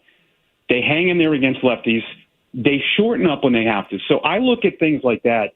How do hitters in certain situations, when you're down 2 runs and you've got 2 runners in scoring position, you don't need a 3-run homer all the time. If you get into a 2-strike count, how does that approach change? Do you come out of your shoes? You can hit the ball 108 to right field, but if it's a line out and then the inning's over, it's not good enough. These guys will beat you so many different ways, but their ability to go to left field against lefties, the way they hit lefties has been eye-popping. Our coaches, our manager, that's something that stood out. And I think that him going all over the diamond, he's been pretty good with that. And then there's these other factors that I kind of look at, guys. Like, they kind of look like big league players, and they don't want to be here. And I like that. I mean, Marcelo carried himself like a big leaguer. He said the first week it was here on our pregame show, no one wants to be here in AAA. They're pretty. It's almost like a hybrid major league rehab assignment when these guys that come here that are really good. They're just here to get their work in. But he's a lot bigger than I thought too, taller. And I thought his ability to play third base in limited time when they threw him over there, he did a heck of a job. So the power, leading the International League in RBIs. For position at short, at second base, the offensive expectations, you don't need a guy that could hit 20 to 25 home runs, and that just might be what he can do. What did you see in Worcester that would make you believe that he can overcome the major league breaking pitch? This was Stu's major takeaway from last night, is that Meyer couldn't hit the curve. Yeah, he saw last night, because I charted it. Hang on, I have my notes here. I charted it. Oh, you chart? I love this. Oh yeah, of course I did. I have notes. This is Stu's work here. He's the best.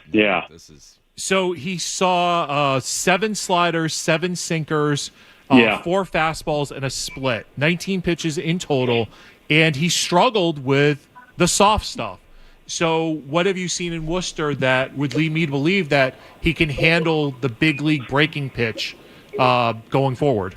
Well, it's reps. So this is the tough part. Like I get wanting a lot of young players in the big leagues, and I think a lot of these guys that I've seen are going to be superstars. But it's going to look what Christian Campbell's doing right now. It's going to look like that at times. Jackson Holiday could not, I think, even buy a foul ball last year when he went up there. It's just these guys are not seeing anything like this for months. I mean, we go, seriously, guys, I mean, I could count on my hand the years I've been here how many great starting pitchers that we said, that's going to be a guy. I mean, I could, right off the top of my head, Bayo, Bybee, Alek Manoah, Grayson Rodriguez, maybe the Povich kid that pitched here. Other than that, you go weeks and you just don't see it. And I'm sure last night Marcelo was like, whoa, that looks a little different. It says they just know how to the spin. I'm sure there was a little bit of nerves, that left on left, but it's going to probably look a little bit like that for a while. It's just adjusting to it. That's why I do have my reservations about putting 4 rookies in the lineup. You're asking a lot. Not saying it can't happen, but you're going to have periods where it's going to look the way it did last night. Mike, I think that's such a great point. We're talking with Mike Antonellis, the voice of the Worcester Red Sox on the Volkswagen Dealers Expert Hotline. You spent a lot of time in the minor leagues. You spent a lot of time in AA with Portland. The quality of pitching that you see in AAA, so many of those guys, and you just said it, Mike, in no uncertain terms, a lot of those guys are 4A guys. You don't see a lot of the big-time studs when you go to a AAA game. Perhaps it's a little different when you go to a AA game because those are the guys who are proving themselves at that level, and all of a sudden those primary pitchers, those big-time pitchers, are in the big leagues. In some ways, how much time at AAA starts to hurt your development? Like, do the Red Sox just need to get Anthony up here because he's proven he can do it at the AAA level, and it's you either sink or swim in the big leagues at this point because he's not going to face the quality pitching that he wouldn't at the big league level, or that he would at the big league level? Yeah, no, I think the way you summed it up is perfect, both you guys. I mean, so for Jostinson Garcia, and we can get to him in a minute, same thing. This guy was hitting 180 in AA this month. He is he's tearing the cover off the ball here. There is an element of motivation. I'm not saying that guys get unmotivated, but yeah, the looks at it. Of course we don't know. If there's no such thing as, yes, we sprinkle the magic, he's ready. But it's beating a level. I mean, that's the thing. If they have no more to prove, of course. Yeah. And I think it's okay that, that you want the guy to be perfect and that he overcame everything and he's going to go to the big leagues and he won't struggle. The facts are that it doesn't happen often. Now, we went through that run, and you guys know this. We had a lot of guys position player-wise that didn't struggle, with Mookie and Devers and Bogarts. There was a lot of them, and that's not real. There's only a handful of guys that can do that. So, yeah, I think that's the learning for them. I mean, I think development, guys, is for players that have still been in the league 3-4 years. I mean, look, there's crazy things going on in the big leagues. Jake Berger was sent down by the Tigers, Andrew Vaughn. We see second, third-year guys, and all of a sudden, they're in the minor leagues. Ryan Notice here. He had 16 home runs 2 years ago. But, yeah, I think that you have to accept that just the looks, and maybe that needs to be talked about more, that the pitching here is so different than in the big leagues.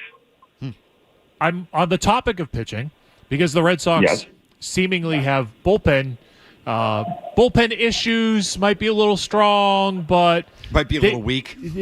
They might have been overused by the manager who's questionable. But what kind of pitching prospects are in Worcester? What do I have to look forward to coming up from Worcester, if anybody? Yeah, I mean, I love Nick Birdie. I kind of feel like he's, he made the Yankees last year. He only didn't finish the season due to injury. So I asked our manager here, Chad Tracy, is this kind of like a major league rehab for him? Because he doesn't have a lot to prove. Been in the big leagues. I think he will, at some point, be able to do that. They're hoping Brian Mata figures it out, but his command is just off. He can hit 100, but he can hit 100 guys. It's just been that way. Robert Stock, who you guys saw, is throwing 96 from down low. He does a good job. He's kind of a veteran. He's not a prospect. Yeah, I mean, Dobbins, of course, was a prospect here. Drowan's hurt.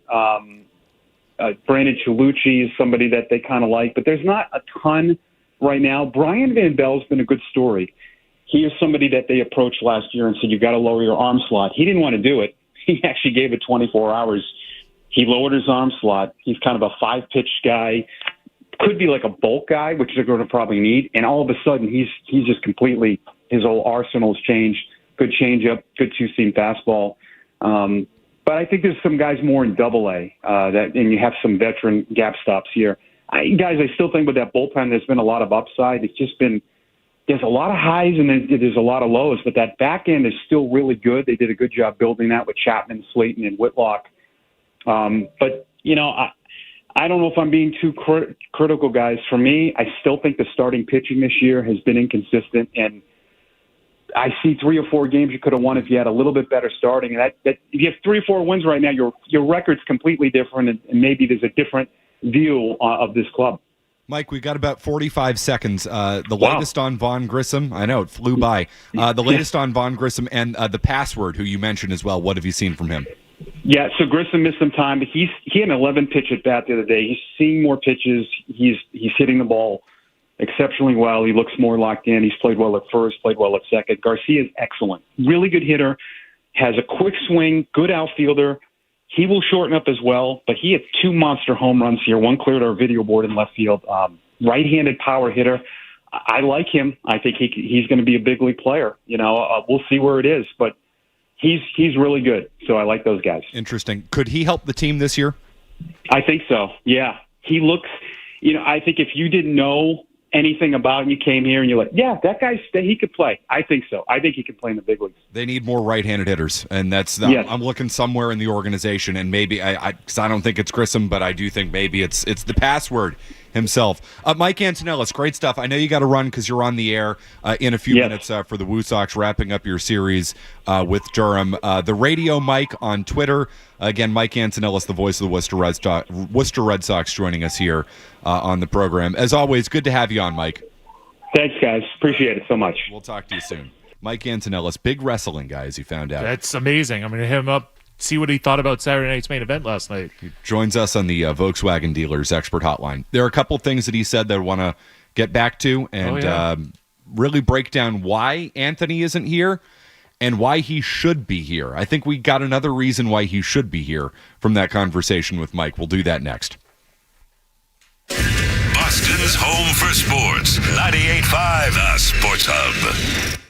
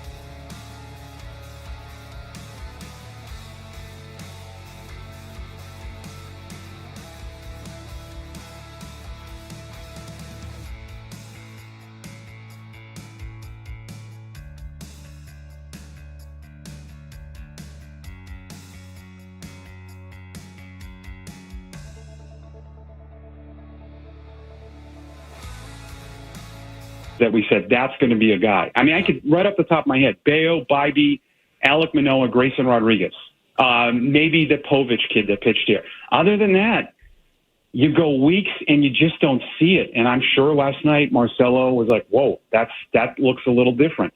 It says they just know how to the spin. I'm sure there was a little bit of nerves that left on left, but it's going to probably look a little bit like that for a while. It's just adjusting to it. That's why I do have my reservations about putting 4 rookies in the lineup. You're asking a lot. Not saying it can't happen, but you're going to have periods where it's going to look the way it did last night.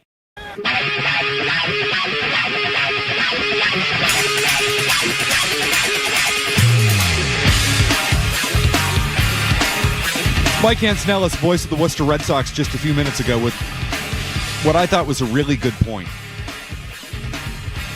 Pitching in AAA, and I'm going to translate this for Mike, because he's not going to say it because he's down there, and I'm going to say it because I'm the sports talk radio a-hole. He's going to say it like, in the reasonable way. I'm going to say it in the unreasonable in your face way. This is what we call the Felger and Maz translator. Correct. This is the Matt McCarthy, the Mike Antonellis to Matt McCarthy translator. Pitching sucks in AAA. Yeah, that's kind of why I was asking about it. But it's so true. It's a great point. The real pitchers you see, and Mike knows this better than anybody, and he went on to say this, Stu. The real pitchers you see in the minor leagues are in AA. AA it's the dividing line. If you can perform at AA, you can probably reach the big leagues. So if a pitcher makes the jump from single A to AA and dominates AA, he's only getting a cup of coffee in AAA before he's up in the big leagues. Because, as we see with the Red Sox every single night, there's no such that you can never have enough pitching. So if you have a guy who can pitch at the AAA level, he's in the big leagues, and he's probably not staying in AAA too long. Mike's been in the minors for the last 30 years, something like it. He spent 15 of them at AA. The majority of his time has been at AA, where you see the best pitchers out there. He's been with the Woo Sox for the last 5 or 6 years. And he said over the course of those last 5 or 6 years, I can count on one hand how many guys I've seen here from a pitching thing that are real bona fide, this guy's a big leaguer. And one of them was Brian Bayo, who obviously has some issues right now. Who Andrew Bailey has screwed up. That might be a fair way to say it. That's the only way I can take it is when Bayo came up to the big leagues, that changeup was a weapon. Mm-hmm. Pedro Martinez, who has been hit or miss with who he projects as being good or bad, but they're like, oh, he's got a Pedro Martinez-like changeup. Okay, that's great. Now we're how many years later, and the changeup velocity is up and the break on the pitch is down. Not what you're looking for. That's not usually what I'm looking for. It's not a changeup. Oh, what is it? It's a soft fastball. Oh, okay. I liked it better when they called it a changeup, and Bayo could throw it well and not get hammered all over the place. I don't know what the numbers are on it, but it just feels like he's lost the pitch that got him to the big leagues, and that's a problem. No, it's a great point. We can talk more about Bayo here in a second in the outing that he had the other day, which was concerning once again. But the point that Mike is making... Sorry. No. I think this is important, Stu. The point that Mike is making is Brian Bayo's a big league pitcher. He has big league talent. He's one of the few guys he's seen at the AAA level in the last 5 or 6 years, and calling all the games for the Woo Sox where you could say, that guy's a guy. So what benefit does it have for the development of Roman Anthony to keep him at a level where he has already proven he is so much better than the pitchers that he's facing? It's sink or swim time at the big league level for Roman Anthony. The same way that it's sink or swim time for Marcelo Meyer at the big league level. Mike's point is so true. You are not going to face the pitching that you need to actually develop. The Red Sox, by running out the clock on Roman Anthony's service time in AAA, to me, are hurting his development by keeping him down there. He has nothing left to prove. You're actually now hurting the baseball player because you're concerned about the finances 6 years from now. That's the business of baseball, brother. I hate it. That's the way it works now. They don't want to pay him at 27. They don't want to pay him at 28. So that's what it is. I mean, Jarren Duran, after his MVP caliber season last year, you're like, oh, well, maybe he'll get a contract extension.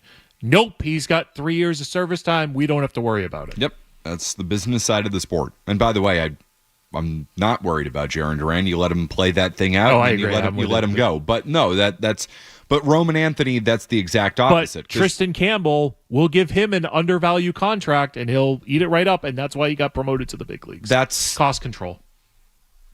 1,000% the reason he's up here. Well, and the fact that he's a right-handed hitter as well. It helps. But helps. It's because he took their stupid contract.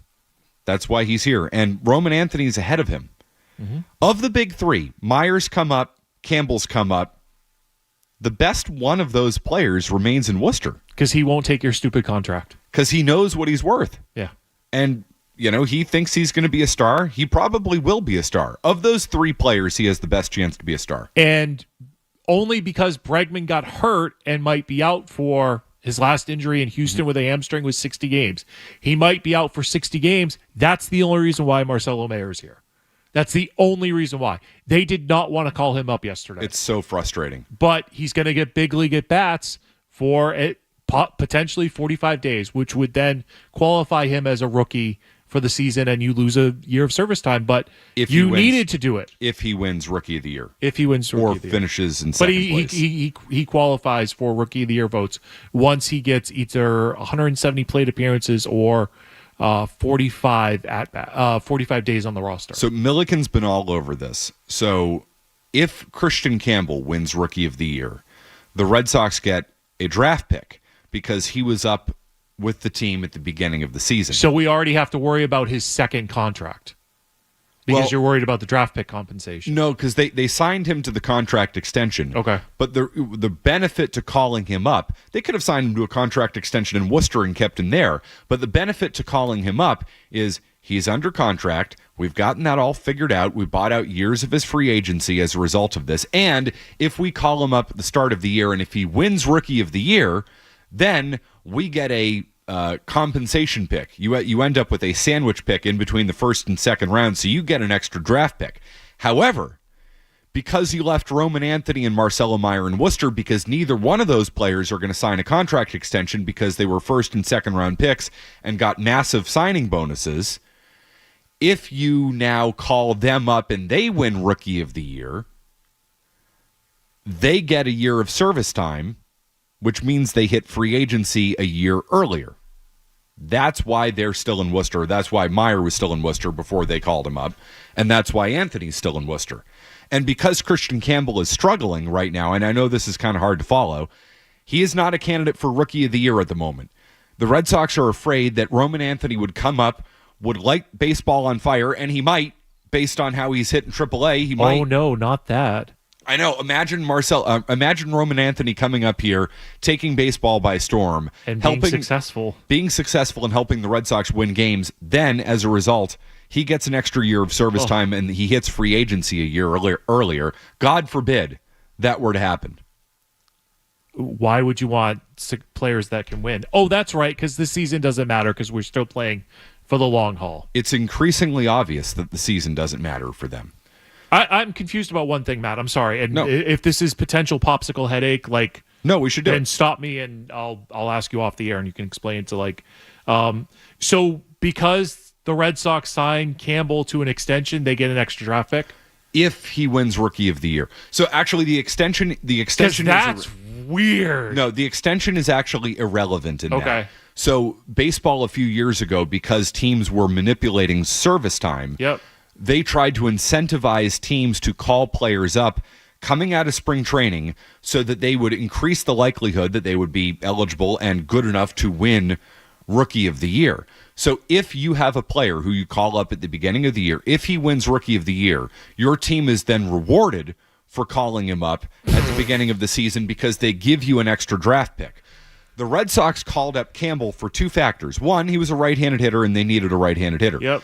But two, they knew of the big three, he was the one most likely to take a contract extension, which he did. Yep. So that's all taken care of. They don't have to worry about service time at all with him because that's already been fixed. He signed his contract extension. They don't have to worry about service time. And if he plays the full year and wins Rookie of the Year, they get a draft pick for that. Wow. But because Campbell and Meyer did not start the year with the big league club, if they come up and win Rookie of the Year, The Red Sox don't get a draft pick for that. They don't get baseball's incentive for calling that player up. And those players get rewarded by getting an extra year of service time by finishing first or second in the Rookie of the Year voting. That is the decision-making behind Campbell breaking camp with the team, despite the fact that he was the worst of the three in spring training, and he was, and Meyer and Anthony going to Worcester. So here's my follow-up question to that. I'm sorry to get bogged down on this, but this is important. This has now blown my mind. If the Red Sox had Meyer and Campbell start the season on the big league team, Campbell wins Rookie of the Year, Meyer finishes second. Yep. Which could be possible because they're two of the top prospects in baseball. Could they then have gotten 2 draft picks out of it? No, I don't believe so. I think it's you only get a draft pick if your player wins Rookie of the Year. Okay. And he starts the year with the big league club. Or I think Milliken said in the first 2 weeks of the season. Okay. So there are incentives. It's what Theo Epstein did to Chris Bryant with the Cubs years ago. That was really like the main. Yeah. Is Chris Bryant came out of spring training hot as a pistol for the Cubs. Theo sent him down for 2 weeks and then called him up so he could get that extra year. Yes. That's so baseball in the latest collective bargaining agreement tried to find an incentive to prevent teams from blatantly manipulating service time, a player who is obviously ready for the big league roster, and you send him to AAA for 3 weeks. Because that's the way the formula used to be, and then you get the extra year of service time, which is ridiculous. I mean, because over the course of 162, if, the first 3 weeks of the season probably don't matter. I'm sorry I wasted It's not a waste of time. You're explaining it. I'm like, this is like what? The summary is Roman Anthony is still in Worcester because of service time. Yes. That's it. And Christian Campbell broke camp with the big league team because there's an incentive for the Red Sox because he might get them a draft pick. These people. That's it. It doesn't come down to whether or not the player is better, the player is ready. Horrible. And again, the takeaway from Mike Antonellis is the pitching in Worcester is not good enough anymore to make any judgments on Roman Anthony. He's beaten the level. He's beaten the game at AAA. He is ready to hit at the big league level, and we'll see if he sinks or swims. But there's nothing left for him to prove offensively at AAA, and yet he's going to be in Worcester's lineup today and not the Red Sox lineup. And who's hitting cleanup for the Red Sox today? That would be your catcher, Carlos Narvaez. It's unacceptable. I mean, he is a Rookie of the Year candidate. He's so great. Do the Sox get a draft pick for him if he wins Rookie of the Year? Because they got him from outside the organization, I'd have to look into that. But he was a rookie on the opening day roster, right? Let's send the bat signal out to Milliken on the that. Miller missile. Because he was from outside the organization. I don't know if that changes anything. My understanding would be that they would get a draft pick. Yeah, if he wins Rookie of the Year, like he's on the roster as a rookie, let's do it. But they got him from the Yankees, so I don't know if that changes anything. Why? Milliken, a rookie. Milliken, call in 617-779-0985. I don't need a text from you, Milliken. I need a call in. It was in the YouTube chat earlier. We are on YouTube. It's McCarthy and Jimmy Stewart here in the Sports Hub. We'll continue with the Red Sox stuff. Celtics on the board. We haven't talked our gal Jordan yet. I am scared I'm going to say the wrong thing. Good. We'll do it for that. We'll do it next. Boston's home for sports. 98.5 The Sports Hub. Big 4-0? Big 5-0? Make this year the year you get your edge back. Patients following our approach to testosterone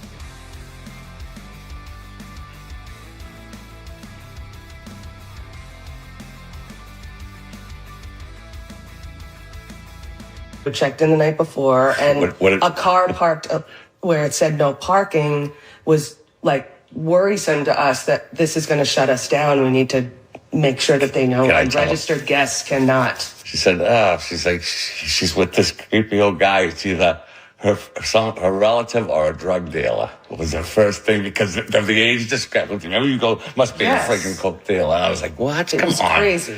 So that was her first reaction. And then I started looking. I'm like, that does look like Belichick. And then I saw the walk and the hunch he had, because they were doing OTAs, so he had the farmer's tan going. The sun was just coming up. It's probably 6 o'clock. We were legitimately worried about her because she booked for 4 nights or something. 5 nights. 5 nights, and she was here that one night with him. And we didn't see her again. And we looked in the window like nobody came. Like, who books and doesn't come? It was a beautiful. No more. The weather was beautiful. Like we never saw her once. Yeah, come there or were go. no more ring videos of her coming and going. So when it came Saturday evening, it was time to say, "Hey, here are the checkout instructions." Right. But at first, we thought she was like a dancer or an escort. I mean, I was like, she could be freaking dead. As the week went on, we were thinking that because she was an escort or something. Because she had multiple, like she said, she was a dancer, and like it was just. Something was off about it. You know, like it just didn't make sense. These folks are my heroes. Oh my God. I can't get enough of them. And thank you to Pablo Torres for being a big J journalist. I know Twitter hates it because it's an anti-Bill Belichick thing, but we need journalists, we need reporters, we need people to be boots on the ground and actually go to sites and talk to people and ask questions about things instead of just assuming things. It makes life so much easier when we have people on the record saying things. And look, I'm one of the biggest off-the-record gossip guys there is, but it helps everybody's cause when you're going on the record and you're actually reporting things with evidence as opposed to just like this person off the record told me this, so we don't bother asking on the record about it. Pablo Torre is the Woodward and Bernstein of our generation. He is doing God's work. Thank you, Pablo Torre. Thank you, Pablo. Getting to the bottom of all of this. Going to Winthrop, staying in this Airbnb, and interviewing those folks who, wish to remain anonymous, but they were happy to be recorded. By the way, I bet that's how he got them on the record. Yes. He bought a night, 2 nights at the Airbnb and is like, oh, I'll pay you extra to go on the record with some stuff. I bet that's how it happened. Good for him. I agree. Good for him. He got the story. I'm not above buying love. I'm not above buying. That was just for the moment on the YouTube thing. Yep. I'm not above buying access to something. I'm not above buying somebody to go on the record for something. I'm all for it. I'm happy to do it. It happens all the time in sports media. So Pablo Torres goes out, probably does that, and people are upset about it. You know who thinks somebody's buying love? Our guy in Winthrop. He thinks Bill's buying some love. Yeah, she's an escort. She's a dancer. We were worried she was friggin' dead somewhere. This guy is straight out of Central Casting. Jeff, I feel like you in 25 years, because Jeff is like Bostonian, North Shore kind of guy. 25 years, I could see you owning an Airbnb somewhere in Winthrop and just doing stuff like this. I don't know what it is about you. Like you coming off some concert where you do things that you shouldn't do, like Metallica 25 years from now, when they're still rolling out there, and like you rolling back to your Airbnb in Winthrop, and it's like, yeah, look at these people that they brought in here. No, you're dead on, man. I can't even deny any of that at all. At all. Is that guy your uncle? He might be, man. That is straight North Shore. Oh my God. It's incredible. I have so many thoughts on this, and I'm scared to say all of them. Let's go with your safest one first, and then I'm going to slowly chip away. I'm going to be the Pablo Torre here, and I'm going to eventually get it out of you. Why is a 73-year-old man with a 24-year-old woman? It's fishy. I think that's the most responsible why is that way. happening? It's the most responsible way to say it. It's fishy. I tend to... Our friends in Winthrop, they might be onto something. That's my thought on it. Second is Bill Belichick compromised? Does she have something on him? And second is, what was wrong with Linda Holiday? Nothing was wrong with Linda. I agree. I don't know Linda personally. I agree. And this is, of course, the follow-up is when is she going to do something? When is she going to post something? When is she going to go on the record with something? Apparently she had Jordan kicked out of a party back in December. Bring me more of that. Because Linda's right as far as I can tell. Because Bill has a history of all this stuff, and it's all documented. Mm-hmm. It's why I believe he didn't get the New York Football Giants head coaching job multiple times. Wait, you believe that? Oh, yeah. There's an article about some questionable affairs with his secretary when he was married already. That's on the record, New York Times, New York Post, something like that. It all happened in real time. Wait a minute. Was that... But my core belief is that the reason... And this all goes away if Jordan keeps her nose out of the CBS This Morning interview, being like, we're not talking about the relationship. You know why we're not talking about the relationship? It's because there was overlap with Jordan and Linda. Well, I think that's pretty obvious at this point. That's an assumption I'm working on. But if Jordan just stays out of the way and lets Bill do the interview, this probably doesn't become as big a story as it's become. But because she got in the way enough to the point where CBS This Morning, I can't stress enough. It's not like it's Tim Russert on Meet the Press. It's not 60 Minutes, for the love of God. It's not 60 Minutes. It's not the hardest hitting journalist in the history of the world. It's CBS This Morning, trying to pump up your book in a segment no one probably cared about. We would have mocked CBS for doing it. Nope. She has to become the story, get involved. So now there's a spiral effect here. And now everybody's going to be like, oh, how involved is she? And now more and more and more and more people are saying, yup, she's annoying. And now we've got this. And now you've got people showing up to the Miss Maine pageant, which they probably wouldn't have. She got screwed. Jordan got screwed out of Miss Maine. And now she's finishing third in Maine in a contest that maybe she would have won, maybe she wouldn't have. But now it's like, oh, she's going to finish third because she's got an issue. That's me pausing to make sure that I didn't say the wrong thing. Miss Bangor better sleep with one eye open. I tell you that. She's a part of the giant Jordan conspiracy. Everybody's out to get Jordan. I don't know if you've heard. CBS. I'm 100% Team Linda. Oh, I think most of us are. I do want to hear more about the Nantucket Stroll. I want to know how that all went down. Just one TMZ article is not enough. One TMZ article is not enough for any of this stuff. I want the CBS behind-the-scenes footage. I might have to sue for it. I don't know. I'm going to have to get it out of them some Everybody way, has somehow. a price. I'm sure their price is astonishingly low, given how Jordan approached that interview. It is the greatest unforced error I've ever seen in media management, public relations, you name it. I know, Jimmy, that Jordan is a brilliant, genius publicist, in addition to her role as a real estate mogul, the COO of Belichick Productions, the heiress to a Provincetown sex shop empire, the daughter of a fisherman. What else has she done? Oh, I mean, Miss Maine, obviously, the rightful and deserving winner of Miss Maine. Definitely not that harlot, Miss Bangor, who obviously screwed over and was a part of the grand conspiracy against Jordan. So, yeah, I think everybody's out to get Jordan. I don't doubt that she's not school smart. She's not street smart. No. Her instincts are terrible. Or her instincts are such that, like, oh, I can control this. I have the I've been in this position of power my entire life. I can control this. Let it go. I mean, the responses the other day to like now she's tweeting at Airbnb. Oh yeah, yeah. I dug into that one because I couldn't help myself. Where is this? This was. I tweet too much. And I don't know that the world's a better place for it, but Jordan tweets on May 23rd, hey, at Airbnb, quick question. How do you feel about Airbnb owners publicly distributing security footage and information about their tenants and their stay?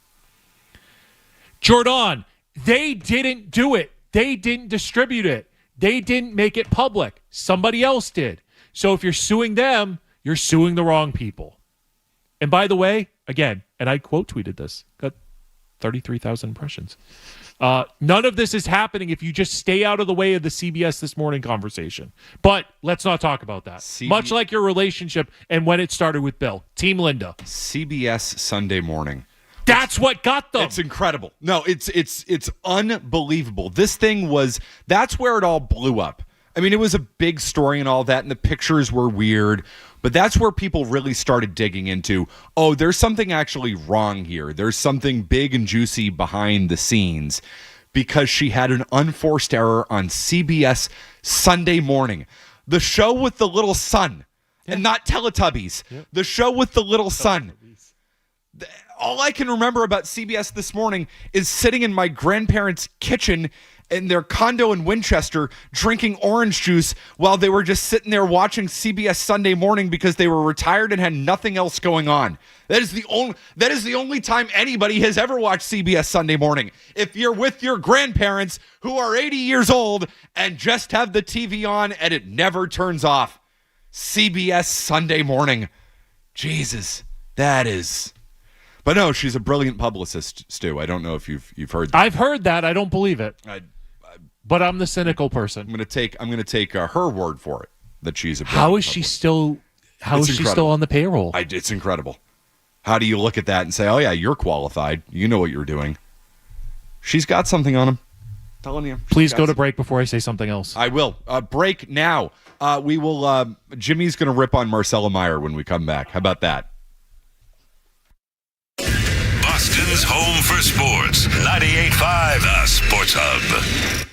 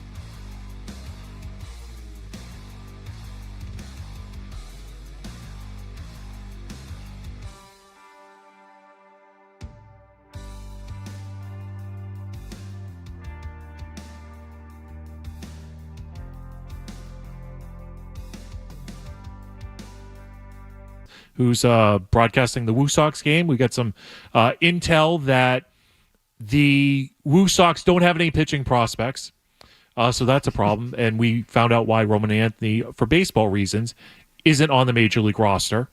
And then we tore into Bill Belichick, Jordan Hudson, praised Pablo Torres, and here we are for 1 o'clock. What do you want to do? You want to reset your Meyer thoughts from last night? You want to go to this Noah Dalzell story that just came up?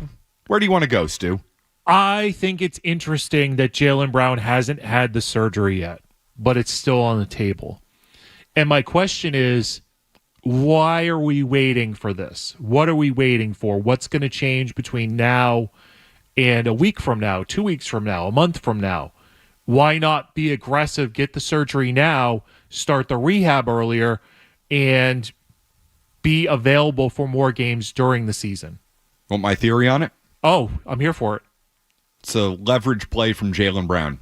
Oh? He's harder to trade if he has surgery hanging over him. So... It's him taking a little bit more control of the situation. I think he wants to see how things play out in this offseason. We don't know if Porzingis is going to be back. We don't know if Holiday is going to be back. Maybe he's wishy-washy on the surgery to begin with. New ownership coming in. Given all of those uncertain factors, would you maybe wait a few weeks in your life? Say, maybe I'll wait for a little bit more information to come in on a lot of things for me to make my decision.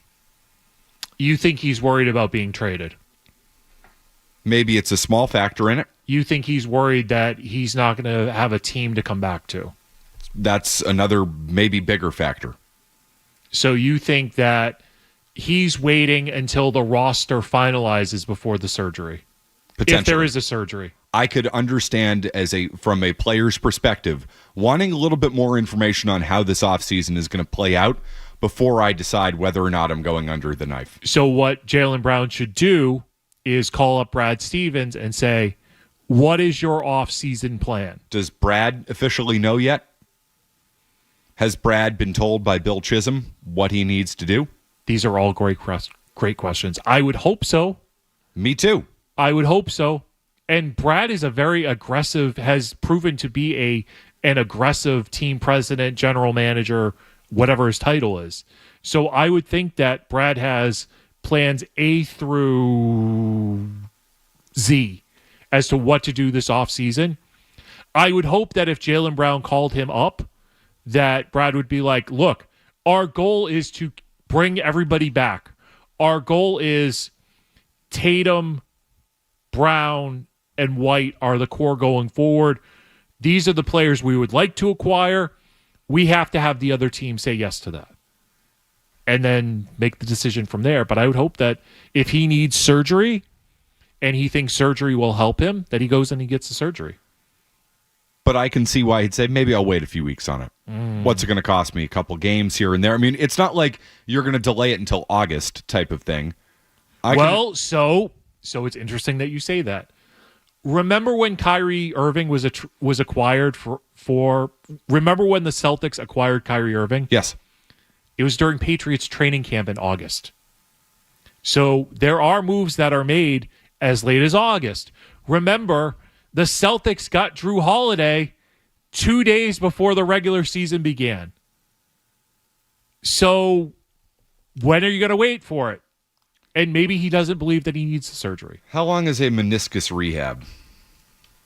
I mean, it depends on how potentially damaged the meniscus is. Meniscus, this according to Google AI, which I'm sure is totally right. I bow down to our robot overlords. I don't. I want to fight back against our AI technology because it's bringing us to a really bad place and we need to stop it. Oh, I don't disagree with anything you just said there. That being said, I want the robots to understand I will be an excellent pet. I'm not. They're going to have to take me out. Yeah, I will easily give up. I'm the first guy to wave the white flag. No, absolutely. You got to take me out. Absolutely no compete, no heart here. Yeah. One of the many reasons I'm doing this, Stu, instead of actually performing as an athlete. 4 to 8 weeks, according to the AI machine, it would take Jaylen Brown to recover, or anybody to recover from a meniscus tear rehab.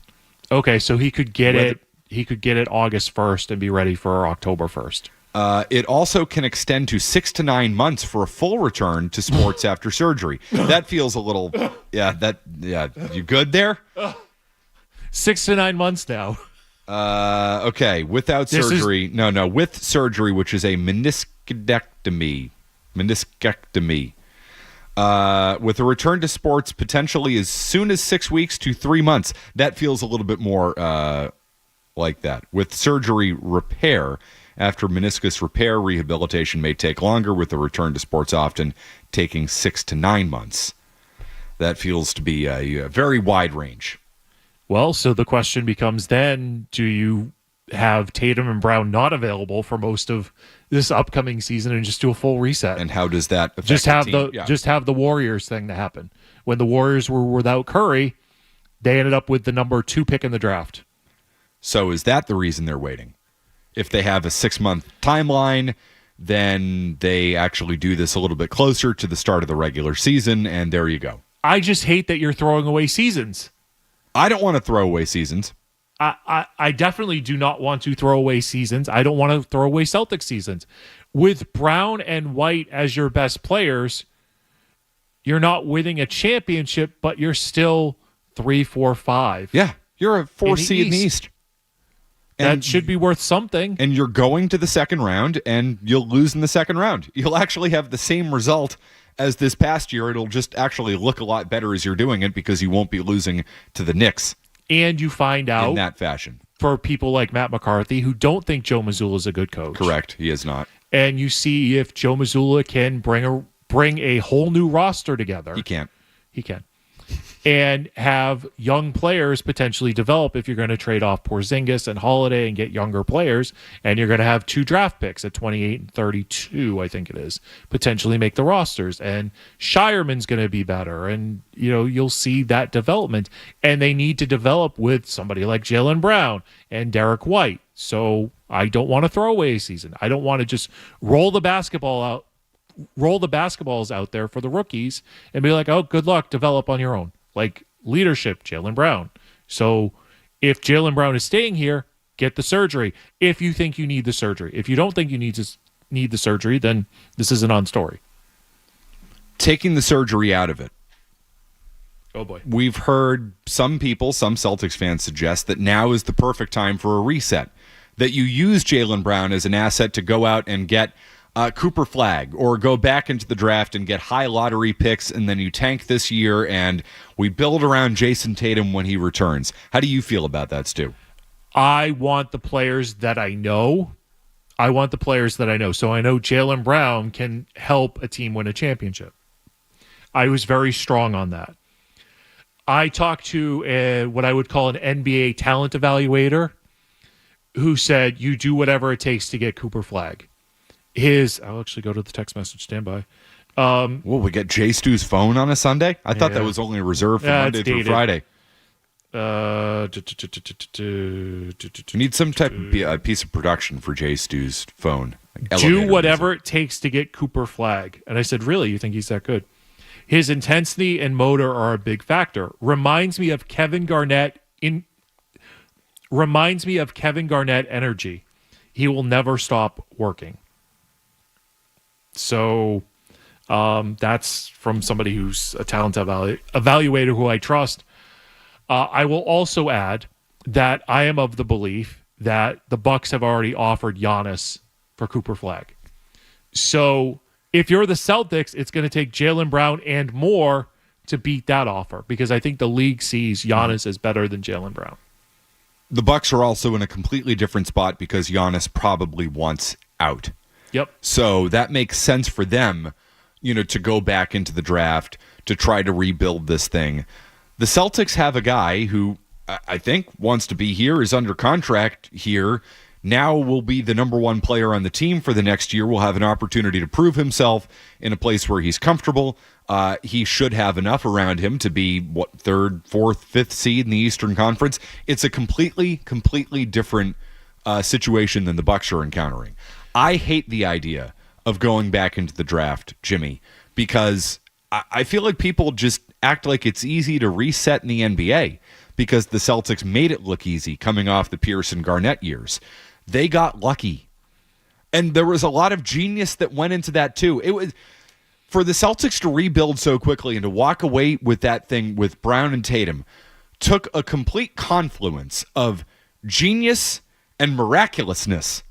Danny Ainge getting it right, taking Jaylen Brown over Chris Dunn, trading down, not taking Markelle Fultz, getting Jason Tatum, but also the Nets totally going in the tank, giving you that opportunity to rebuild. Brad Stevens coming in and getting the most out of a team that did not have a lot of talent, so you were competing at the same time while introducing these young players into actual winning environments instead of losing environments. You can't repeat that again. No, you can't. No way. The Celtics were rewarded for essentially doing it the right way. They traded their star players away in Pierce and Garnett. They got the draft capital. But it was also time to trade those guys away too. Agreed. But they went out and they started the whole thing. And I believe this is a public record, but Brad originally was approached with the idea that he would be replacing Doc Rivers because Doc was leaving because he's a coward. And Brad was going to be coaching Garnett and Pierce. And then there was the 180 because the Brooklyn trade came up.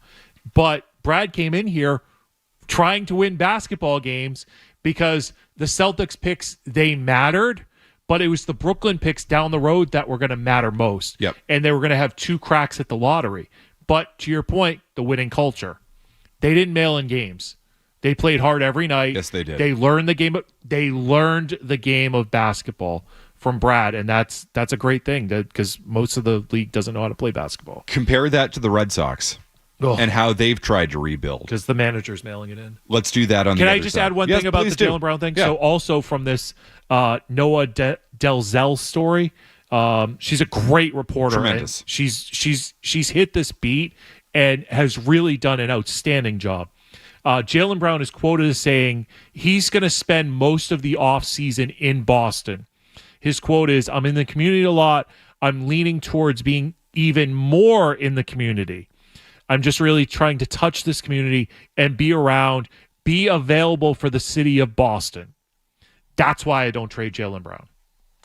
617-779-0985. Add it to the reasons why you shouldn't trade Jaylen Brown. We continue. Let's compare that winning culture that the Celtics established in their rebuild to whatever the hell the Red Sox have done, because it showed up again last night. They don't care. We'll do that next. Boston's home for sports. 98.5 The Sports Hub.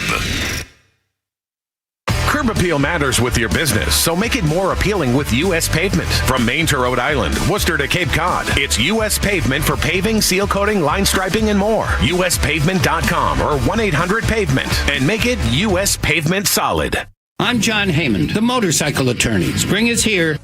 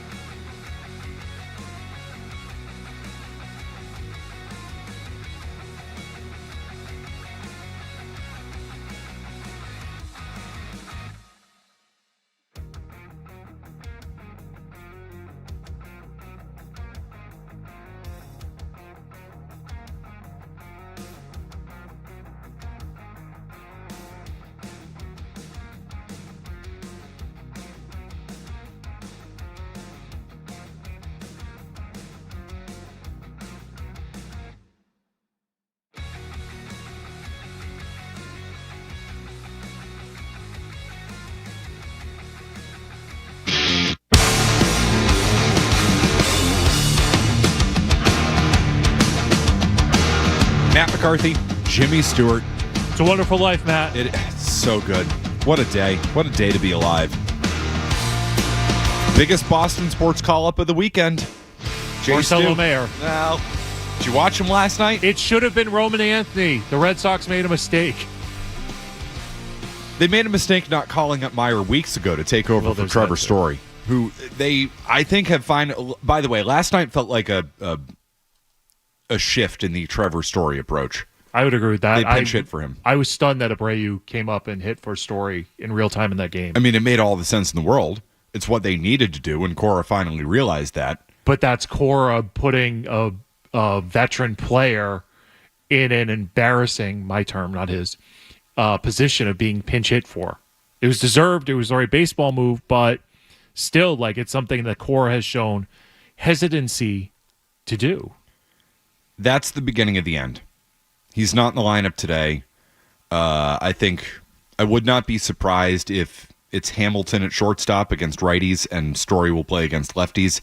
I think they are about to do what they should have done weeks ago, which is start platooning Trevor Story.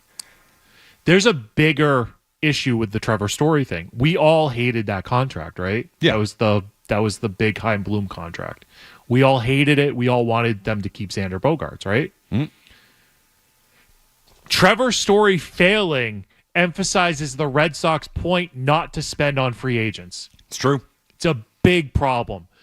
We all should be rooting for Trevor Story to turn it around so that the Red Sox will spend big contracts, big money for good players. They didn't pick a good player. They couldn't see past the Colorado Rockies thing. But Trevor Story failing is a big problem because if you look at the history of Red Sox free agents and when they've given those big contracts, most of them were failures, and that's why they're hesitant to do it. It's why the Bregman thing is so massive, him getting hurt, because that contract has been a resounding win for the Red Sox. It helps you actually for next year. Because he might not opt out? Correct. He'll opt back in. Yeah. And that's a good thing that Alex Bregman... Because think of this. This is also a bigger point. Is right now for 2025, Craig Breslow greater than Alex Cora. Oh, no doubt about it. Craig Breslow got Garrett Crochet. Win. Signed him to an extension. Win. Bregman's an ownership thing, but Bregman has produced. Crochet's going to get Cy Young votes. Bregman would have gotten MVP votes, right? And there's another, Narvaez. Win. That's a win for Breslow. Chapman is a win for Breslow. You have, on this team, added in the last 6 months, an ace, an MVP candidate, a starting catcher, and a closer. And you're worse than you were last year? Or just about the same? That's the manager. Which is a problem. They're 27-27 right now. They're 5.5 games behind the first place Yankees. And your roster was better until Bregman got hurt. And you can't figure it out.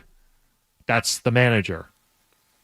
And we can't touch Cora because he's 3 months into his new contract? Mm-hmm. March. Yeah, he's 3 months into his new deal, so you can't touch him.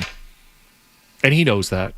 He does, and he's acting like it and managing like it. I mean, the fact that he's not approaching Rafael Devers to try to smooth that situation over is a reflection of the job that Cora is doing, and it's not a good job. He's hurting the team actively. Devers is hurting the team by not being willing to go back into the field given the injury situations going on. Roman Anthony remains in Worcester. I think one of the takeaways that we got from Mike Antonellis, who joined us about an hour ago, is just maybe, Anthony's defense isn't totally major league ready yet, which shouldn't stop them given the state of this lineup. And I mean, it didn't stop them with Christian Campbell. I mean, his major league, his defense isn't major league ready yet. But I think the Red Sox don't want to take Rafaela out of center field because they know how important his glove is out there. So the way to get Roman Anthony in the lineup and batting fifth instead of Trevor Story is to DH him and put Devers at third base. But the manager won't even ask him, won't even approach it. The other day, Alex Cora asked who could play third base. He listed Connor Wong, the backup catcher. Alex Cora is more willing to put his backup catcher at third base than Rafael Devers. That's a problem. That's a problem with the manager. That's bad. Because the manager is more of a player than he is an actual manager. And sometimes you have to have difficult conversations with people you don't want to have those conversations with. But if we want to play the game of what the Red Sox lineup could look like today, potentially, if they did call up Roman Anthony, Duran in center, Devers the DH, Abreu on right, Campbell at second base, Anthony the left fielder, Meyer at third, Narvaez behind the plate, Toro at first, and Rafael at shortstop. That's what the lineup could be, but they don't want to do it. No. Because Anthony might have a problem in the outfield. That might be the baseball reason that they would point to. But the Red Sox are more interested in worrying about what Roman Anthony is going to cost them at age 27 than they are in helping the big league club today. They're always looking to the future. They got to stop that. No, they do. They need to show more urgency, and they failed to show that last night.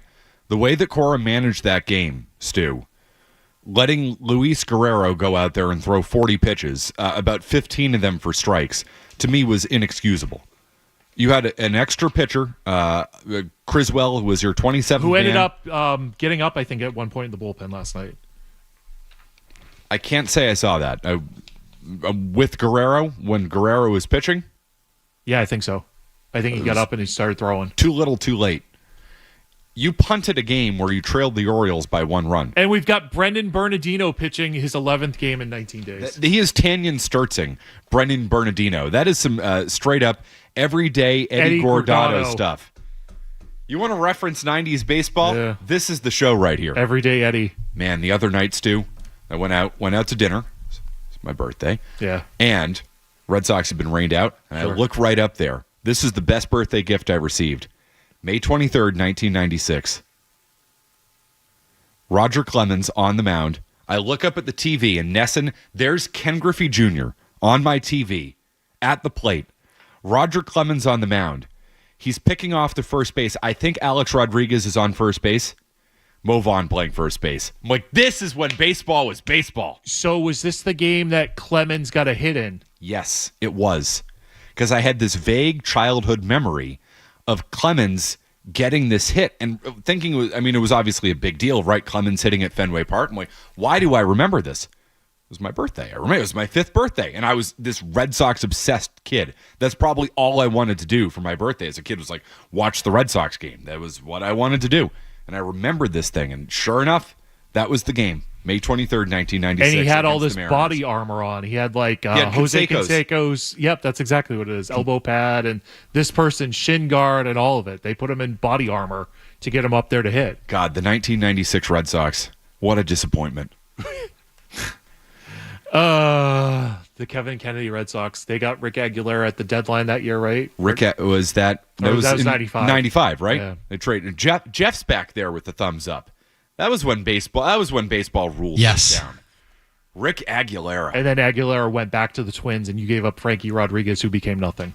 I remember Kirby Puckett cutting a vicious promo that day when Aguilera got traded. Yep. That was right. Kirby Puckett was almost a member of the Boston Red Sox, according to John Dennis in 1992. I want to hear that story. What happened? So Maz can tell this story much better than I can with F-bombs that are much better than I can tell it. But in short, John Dennis, who was working for Channel 7 at the time, had gotten a tip that Kirby Puckett was in Boston, and he was going to sign a contract with the Boston Red Sox. And this was before Twitter. This was actually like, and Dino has a good rapport of like being accurate with the news. When your TV lineup is Bob Lobel, Mike Lynch, John Dennis. It's a pretty good lineup of anchors, right? Back in the day, old school. Alice Cook was part of that. Mike Dowling, like just murderer's row. Numi was part of that too. Just like a tremendous lineup of news anchors. So John Dennis had the report, and it wasn't true. But according to John Dennis, Kirby Puckett was almost a member of the Red Sox. He got it wrong. Is what you're saying. Yes, he did. I wonder if he threw apart a bookcase in anger. You wonder. That's a WEI trauma I have. Watching John Dennis just clear out a bookcase because something went wrong on the show. That was 20 years ago. I can't wait to read your book someday. with all the WEEI stories back in the day. I know you promised me an advanced and autographed copy. There are a couple of big names who want that book. I look for, and I'm not a big name, but I want that book. You're a big name. Thank you. That's very kind of you, Stu. Dean in Shrewsbury. Hi, Dean. Hi. Cooper Flagg is a prospect that's supposed to be the likes of Wemby, LeBron, and Tim Duncan. So I think anything short of Jason Tatum, you got to go out and get him. Plus, if you have Dallas move pieces to the Nets, or you just move enough pieces in general, you'll have another max slot available to get someone. So you'll have Tatum, Cooper Flagg, and another max player to build around. So you got to do whatever it takes to get them. Why are we blowing up a core that won a championship 1 year ago? Because we're all horny for the future. I mean, I told you earlier, like somebody told me Cooper Flagg has the same energy as Kevin Garnett. Yeah, I'd buy that, and I'd love to have another Kevin Garnett. But again, if the Bucks are offering Giannis for Cooper Flagg, you can't, and you probably don't want to beat that. No. Right? No, I don't think so. Are you moving? Because then you're in full reset mode, and you might as well move Tatum. But if Giannis is on the table, you got to put Tatum in there. I don't think that gets it done. Why are we going into full reset mode? We don't need to. Tatum and Brown are in their mid to late 20s at this point, and I know Jason Tatum. You don't know what he's going to be coming off of the Achilles injury. If we're talking about moving anybody, and I'm not advocating for this, I'd rather move Tatum than Brown because I just don't know if Tatum's ever going to be the same guy again. I think he will be with modern science and modern surgery and modern rehabs and all this stuff, but like I'd almost entertain that more than trading Jaylen Brown at this point. Why are we trying to rebuild? Yes, they failed. The coach had a lot to do with that. I know you don't want to admit that, Stu, but it's true. It's a fact. Yeah. The coach opinion. Had all right, well, that's how we do sports talk radio. We pass our opinions off as facts. Fact, Joe Mazzulla and his idiocy and his dumbass approach to basketball cost the Celtics this series. Fact, not opinion. I don't like how you phrased that. I love how I phrased it. I don't. I thought that was really good. It's insulting. Send that clip to the Marconi Commission. That's going to win us our 5th or however many we've won. Can we take a wrestling call before we go to break? Stu, I was going to do that for you. Oh, I'm sorry. You don't. No, you don't. I'm saying, don't worry about it. I'll take care of you. Justin in Boston on the wrestling. Hi, Justin. Hi, Justin. I'm amazed, guys. We're spending so much time on Cooper Flagg and Alex Cora and Joe Mazzulla. It was Saturday night's main event last night. I mean, that should be the focus point, right? I wanted to lead off with it. I was vetoed on it, Justin. Justin Barrasso, by the way. This is Justin on the line. He is a friend. He's a longtime friend. He was with me in 2002, and there's a great story that Justin and I have told on our respective podcasts. Justin does High Above Ringside podcast. He used to work for Sports Illustrated. Right now, Justin has his own Substack, which is great. You get a podcast, you get a daily email. I love Justin. Justin's one of my great friends in life. And hell of a thank you for the background, Jim. I got to get all the high spots in, Justin. But Justin worked for the Red Sox for a while because I gave him somebody's information that I shouldn't have. Yeah. And so he got an internship with the Red Sox, and he's been through sports. But Justin's and 20 years later, 25 years later, here we are. Yeah. But I'll tell you what, the number of the day that wasn't 25, the number of the day is 10. 10 commercial breaks last night. There's no way to have a flow to a show when you're constantly spending it in. It was 33 minutes was the total time for commercial break. I don't care how good the matches are when they're so chopped up, and the matches weren't that good last night. But I don't think it's fair to say that because we spent more time on commercial break than we did watching the actual show. Well, that's formatting. So who do I blame for that? Who do I blame for the show having so many commercials in there? Do I blame NBC? Do I blame Triple H? Like everybody wants. Justin, let's do this. Let's blame The Rock because The Rock is messing around with everything. How about we do that? Make it a lot easier. The problem, Jimmy, is and that it's a 5-match show is too many. A 4-match show is too many. You probably should have gone 3, and you would have had time for everything. That Cody segment, which I thought was great, and it ended on a strong note for a week show. It was rushed. Like, you need time. You can't rush key moments, especially for a promotion built on moments.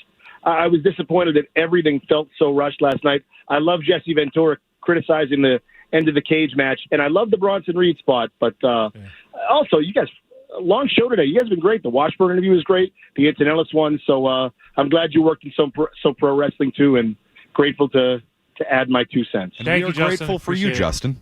I agree. We're doing God's work. It's Pablo Torre and us doing God's work out there today. Stu, the floor is yours for the next 2 minutes on the wrestling. How was the storyboarding last night? So Saturday night's main event, I thought was a disappointment. The show, like Justin said, didn't flow very well.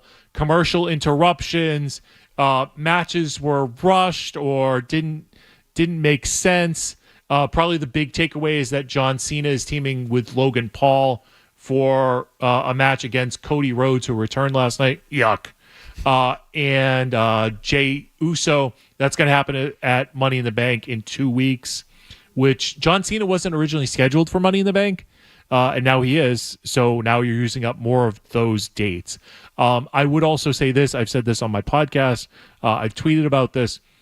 I don't know that John Cena's last match is guaranteed for Boston right now, because WWE sent Boston, the tourism people in Boston, a proposal that's 19 pages that basically WWE wants money and they want free access to everything and they want to take home all the profits. Well, that's going to go over real well in Boston. And the tourism committee, to my understanding, voted that down. Oh, so I wonder why. John Cena's last match in Boston, which is in pencil for December 13th of 2025. That would be Saturday night's main event. I don't think it's in jeopardy, but it's more pencil than Sharpie marker. That's some actual reporting here. Yeah. I can show you the proposal. I have the proposal. sources. Yeah. No, all 19 pages? All 19 pages. Man's got, it's like the Wells report in Felger's desk. You've got like all the information. Hi, we're WWE. We're so great and amazing. You should give us all the money and all the profits. And they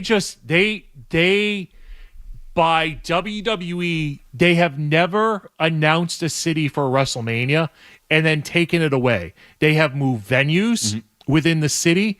But what WWE just did was, a few months ago, they announced New Orleans for next year's WrestleMania, which caused an effect of people booking hotels, people trying to save for tickets, planning flights, wrestling conventions, wrestling promoters, all being like, we need to book up venues and hotels because WrestleMania is where all the fans go for a whole weekend.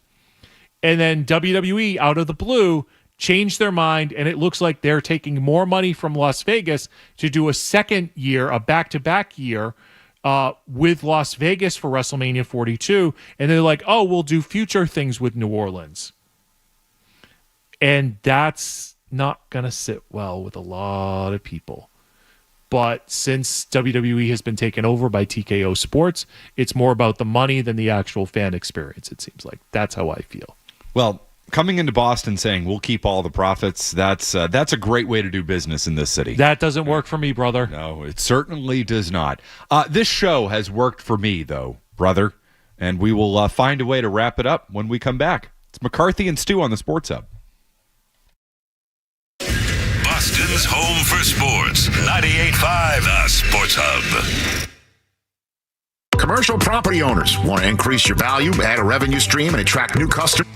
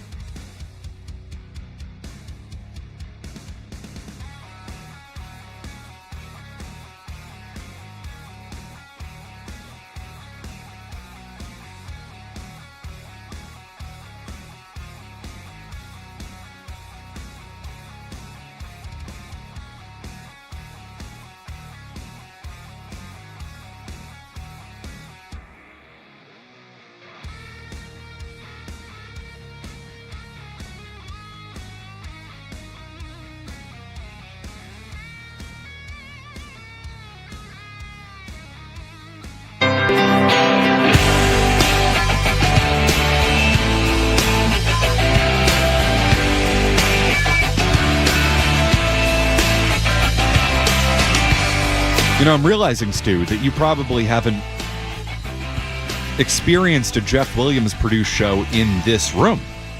Or maybe it's been a little while. So, weird fact. Every talk show that I have been in this room for, Jeff Williams has produced. No kidding. I've done post-WrestleMania shows. Jeff Williams has produced.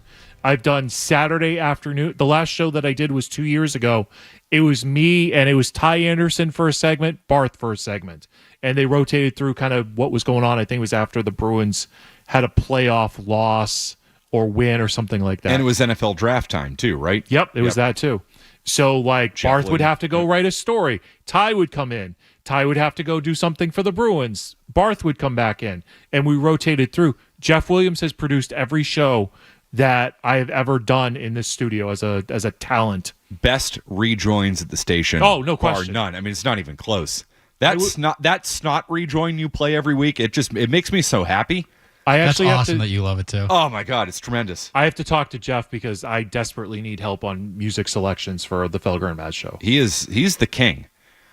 I feel like actually a lot of Jeff's suggestions and rejoins would go over very well on Felger and Maz. I agree. Because Jeff's got a great ear for music. He knows the upbeat tempo. I got to consult with him as opposed to just, hitting generic rejoiner that's been there for 15 years. The reason I say this is if I could pick one person to DJ like my Memorial Day weekend cookout, it would be Jeff. Appreciate that. No, I'm not like saying that to be facetious or a DB or anything. Like, no, I would want you to just like, Jeff, just here's the Spotify. Just figure it out, man. I'll give you 15 minutes. It's all yours. Just here comes 2 hours of divorced dad rock.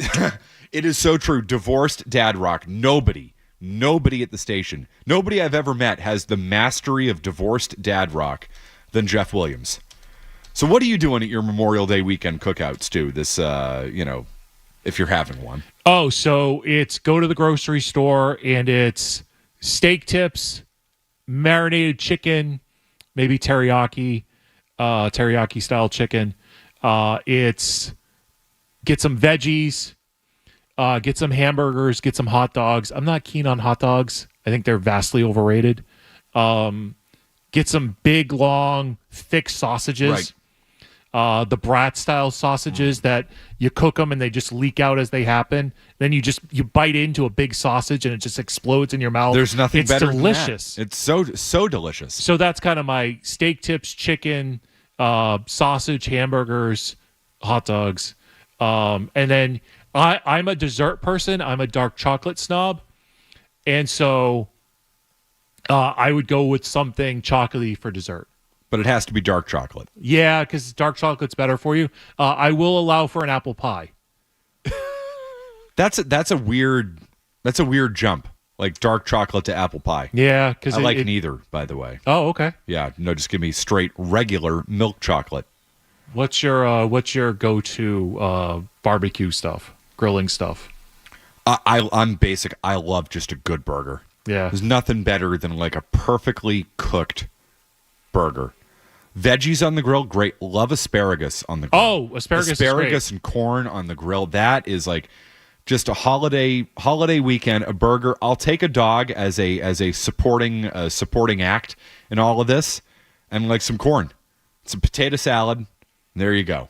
That to me, I mean, you can never go wrong with steak tips. Obviously, no chicken, never chicken, ever.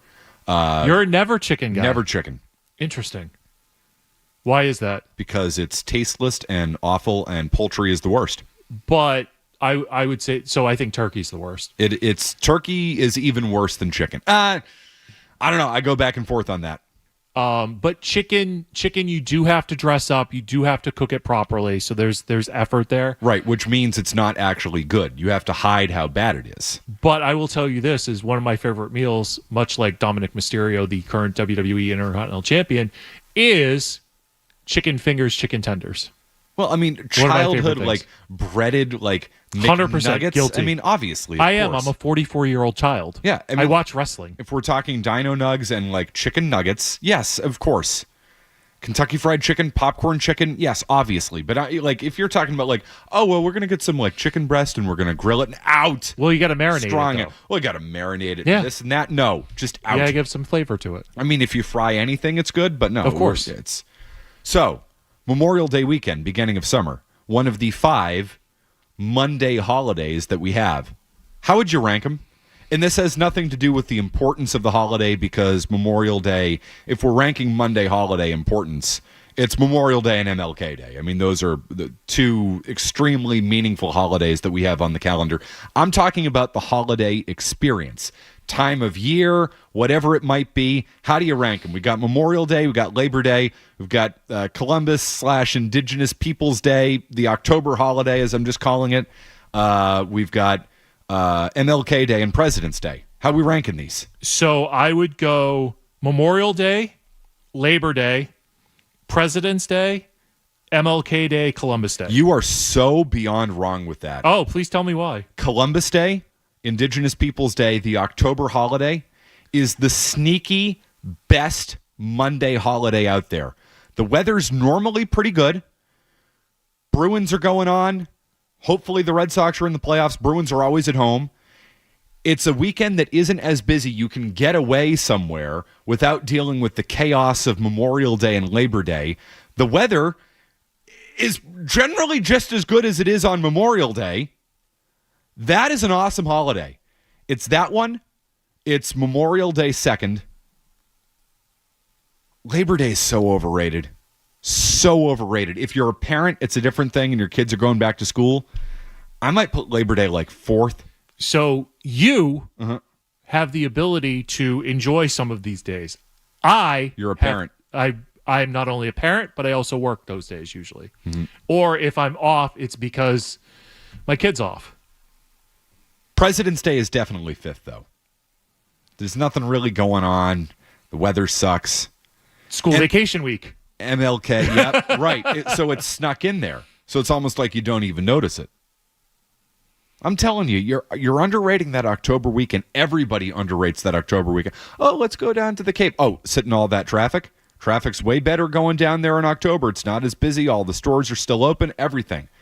Telling you, that October weekend, that's the best. Before we wrap up here, I was kind of hoping that we were going to have some Red Sox moment that we could both overreact to, and it doesn't look like that's going to happen, and that's a shame. I mean, we could drag it out and see if we get Meyer's 4th Major League strikeout coming up here in a batter and a half. No, because, I mean, it's see. We're getting played out. We're getting to play us to break. What does that mean? To play us out. What does that even mean? What does that mean? I'll write it, and we'll do it live. Things sucks. This show did not suck. Well, I thought this was a great show. You were good. I'll let the people fine. judge. Matt, here's Matt, why, you were fine. Thank you. I appreciate that. Here's why this show works is because we're legit friends. We're friendly. We're friends. And we're comfortable with each other. It's fun. I thoroughly enjoyed myself. And the Red Sox just grounded out. That's Tristan Campbell grounds out with 2 on in the bottom of the first. Christian Campbell, today. 0 for May at this point. Not the rookie of the year. Definitely not. Jeff Williams, thanks for all your hard work today. He's Jimmy Stewart. Thank you, Matt. I'm Matt McCarthy. I'll talk to you tomorrow. Felger and Maz, Stu will be there. We'll talk to you then. See ya.